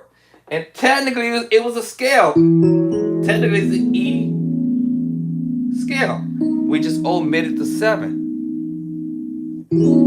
Cause see how funny it sounds? So I have to omit the 7 and go to the 1. What?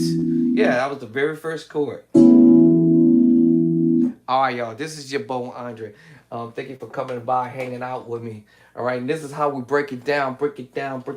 Being beginners, musicians, you're gonna be learning the secrets to the madness. Now I know for a fact that's other stuff I did. I'm done with you. All right. But of course I will go back and learn the song. Sometimes I don't learn the songs, y'all. You'll probably say, what? Yeah, sometimes I don't learn the songs. I actually just sit here and try to play at it. Meaning that I'm just trying to see, can I play the chord, And then eventually I'm going to turn on muscle memory to go back. But listen, it's 6 o'clock. I promise myself I'm not going to do no overtime.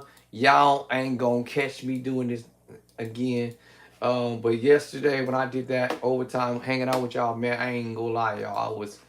I was super delirious, man. But my honey was like, yo, hey, wake up, yo. I was tired. All right, I gave y'all like a half hour extra of my time fooling with this stuff. But yeah, so I'm gone. Y'all have a good night, or good evening, good morning, afternoon. And once again, this is your Bo Andre. So I got my back to y'all. It's gonna get better. It's gonna get better. It's gonna get better. It's gonna get better and better and better. You beginner musicians, intermediate level musicians, we gonna get dope. We gonna get tight just like everybody else is. All right, we gonna come up 1 minute after now. We gonna come up and we gonna do better. We gonna get better, and we gonna be blazing. We gonna be killing. I got so much stuff to learn. Um, so that's why I said I can play at all this stuff, but don't necessarily memorize it. I'm just trying to see, can I do it. I know it sounds kind of stupid to say that, but it's the truth. Sometimes um I do a real practice, a real bona fide. Like I really got to learn that, so I need to just like lock into it. That's when I probably won't do any videos for a minute, so I can lock in onto the tune. Then later on, I'll come back and really play the tune and play the tune from start to the finish. But right now, I'm just doing it for fun as a hobby, just for the fun of it. All right, just for the fun of it, and so just to see, um, just to see if I can actually do it. But y'all obviously can say this dude can really play this stuff. Um, so that's what's up. This is your Bo Andre signing out. Um, Thank you for hitting that like button. For those who did hit that like button, you like the content that I'm dropping, and you learning some ideas. Appreciate you, everybody. And thank you guys for those who has come in and subscribed. Let's blow this. I don't want 40 subscription away. Share with a brother, sister, cousin, uncle, friend, whoever, whatever, even your enemies. You really gonna make them mad because they're gonna be like, hey man, oh, they could have showed you how to play some of this stuff that I'm doing, but if they don't, no big deal. You got it. You gonna have some stuff underneath your belt. We gonna all have some stuff underneath our belt. My wife always asks me, why you always sharing this stuff with, not sharing with it, not in a bad way. She just, the way she looks at it as basically I should learn this stuff for myself and keep it pushing. But I'm like, hey, I remember where I was at when I didn't really have nobody there at the moment until I ran into the GOAT and then a few other musicians that did share some ideas with me. And then there's some who didn't share anything with me, and I had to go and take it from them. Either you're going to give it to me or I'm going to take it from you. Take it, take it. Take it by force. Whether you like it or not. And I always say, it's always somebody out there that can play what you play and you can't hide it. I don't care if you playing a keyboard like this. I don't care if you put a cover over your hand. No matter who you are. Alright. I got connection. I got connection. Jesus is my connection. Alright, y'all. I gotta go. Y'all done. I gave y'all 4 minutes of my time. Let me get up out of here. And I'll catch y'all later. I'm going to grab me some meat because now I'm starting to get hungry. My wife is not coming home for me because she's at a second church service. And she would say, baby, you got to fend for yourself. Finna. All right. So I'll catch y'all later. Y'all have a wonderful day. And again, thank you for subscribing. Thank you for hitting that like button. Thank you for sharing. Thank you for commenting respectfully. And those who are have been doing that, thank you. Thank you, thank you, thank you, thank you, thank you, thank you. I don't want to kick nobody off for being disrespectful, but it is what it is. Don't do it. Please, I'm just asking. All right, respectfully. All right, peace and love and cornbread. Tomorrow I probably might come in here and because it's my day off, depending on if my wife doesn't get in my way. It's my man cave. I might do worse than this, like 5 hours, 6 hours. I don't really like doing 5, 6 hours of practice at all. I can learn very quickly, just learning in 5 minutes of just breaking stuff down in sections. Small stuff, small things you remember. All right. That's why I line it up. This is what I'm gonna do. Boom, I'm done. Then I'll go back to the next section, then the next section, and before I know it, I know the whole song from start to the finish. But I love y'all. Y'all have a wonderful day. Let me go, because now I'm starting to feel really hungry. Deuces.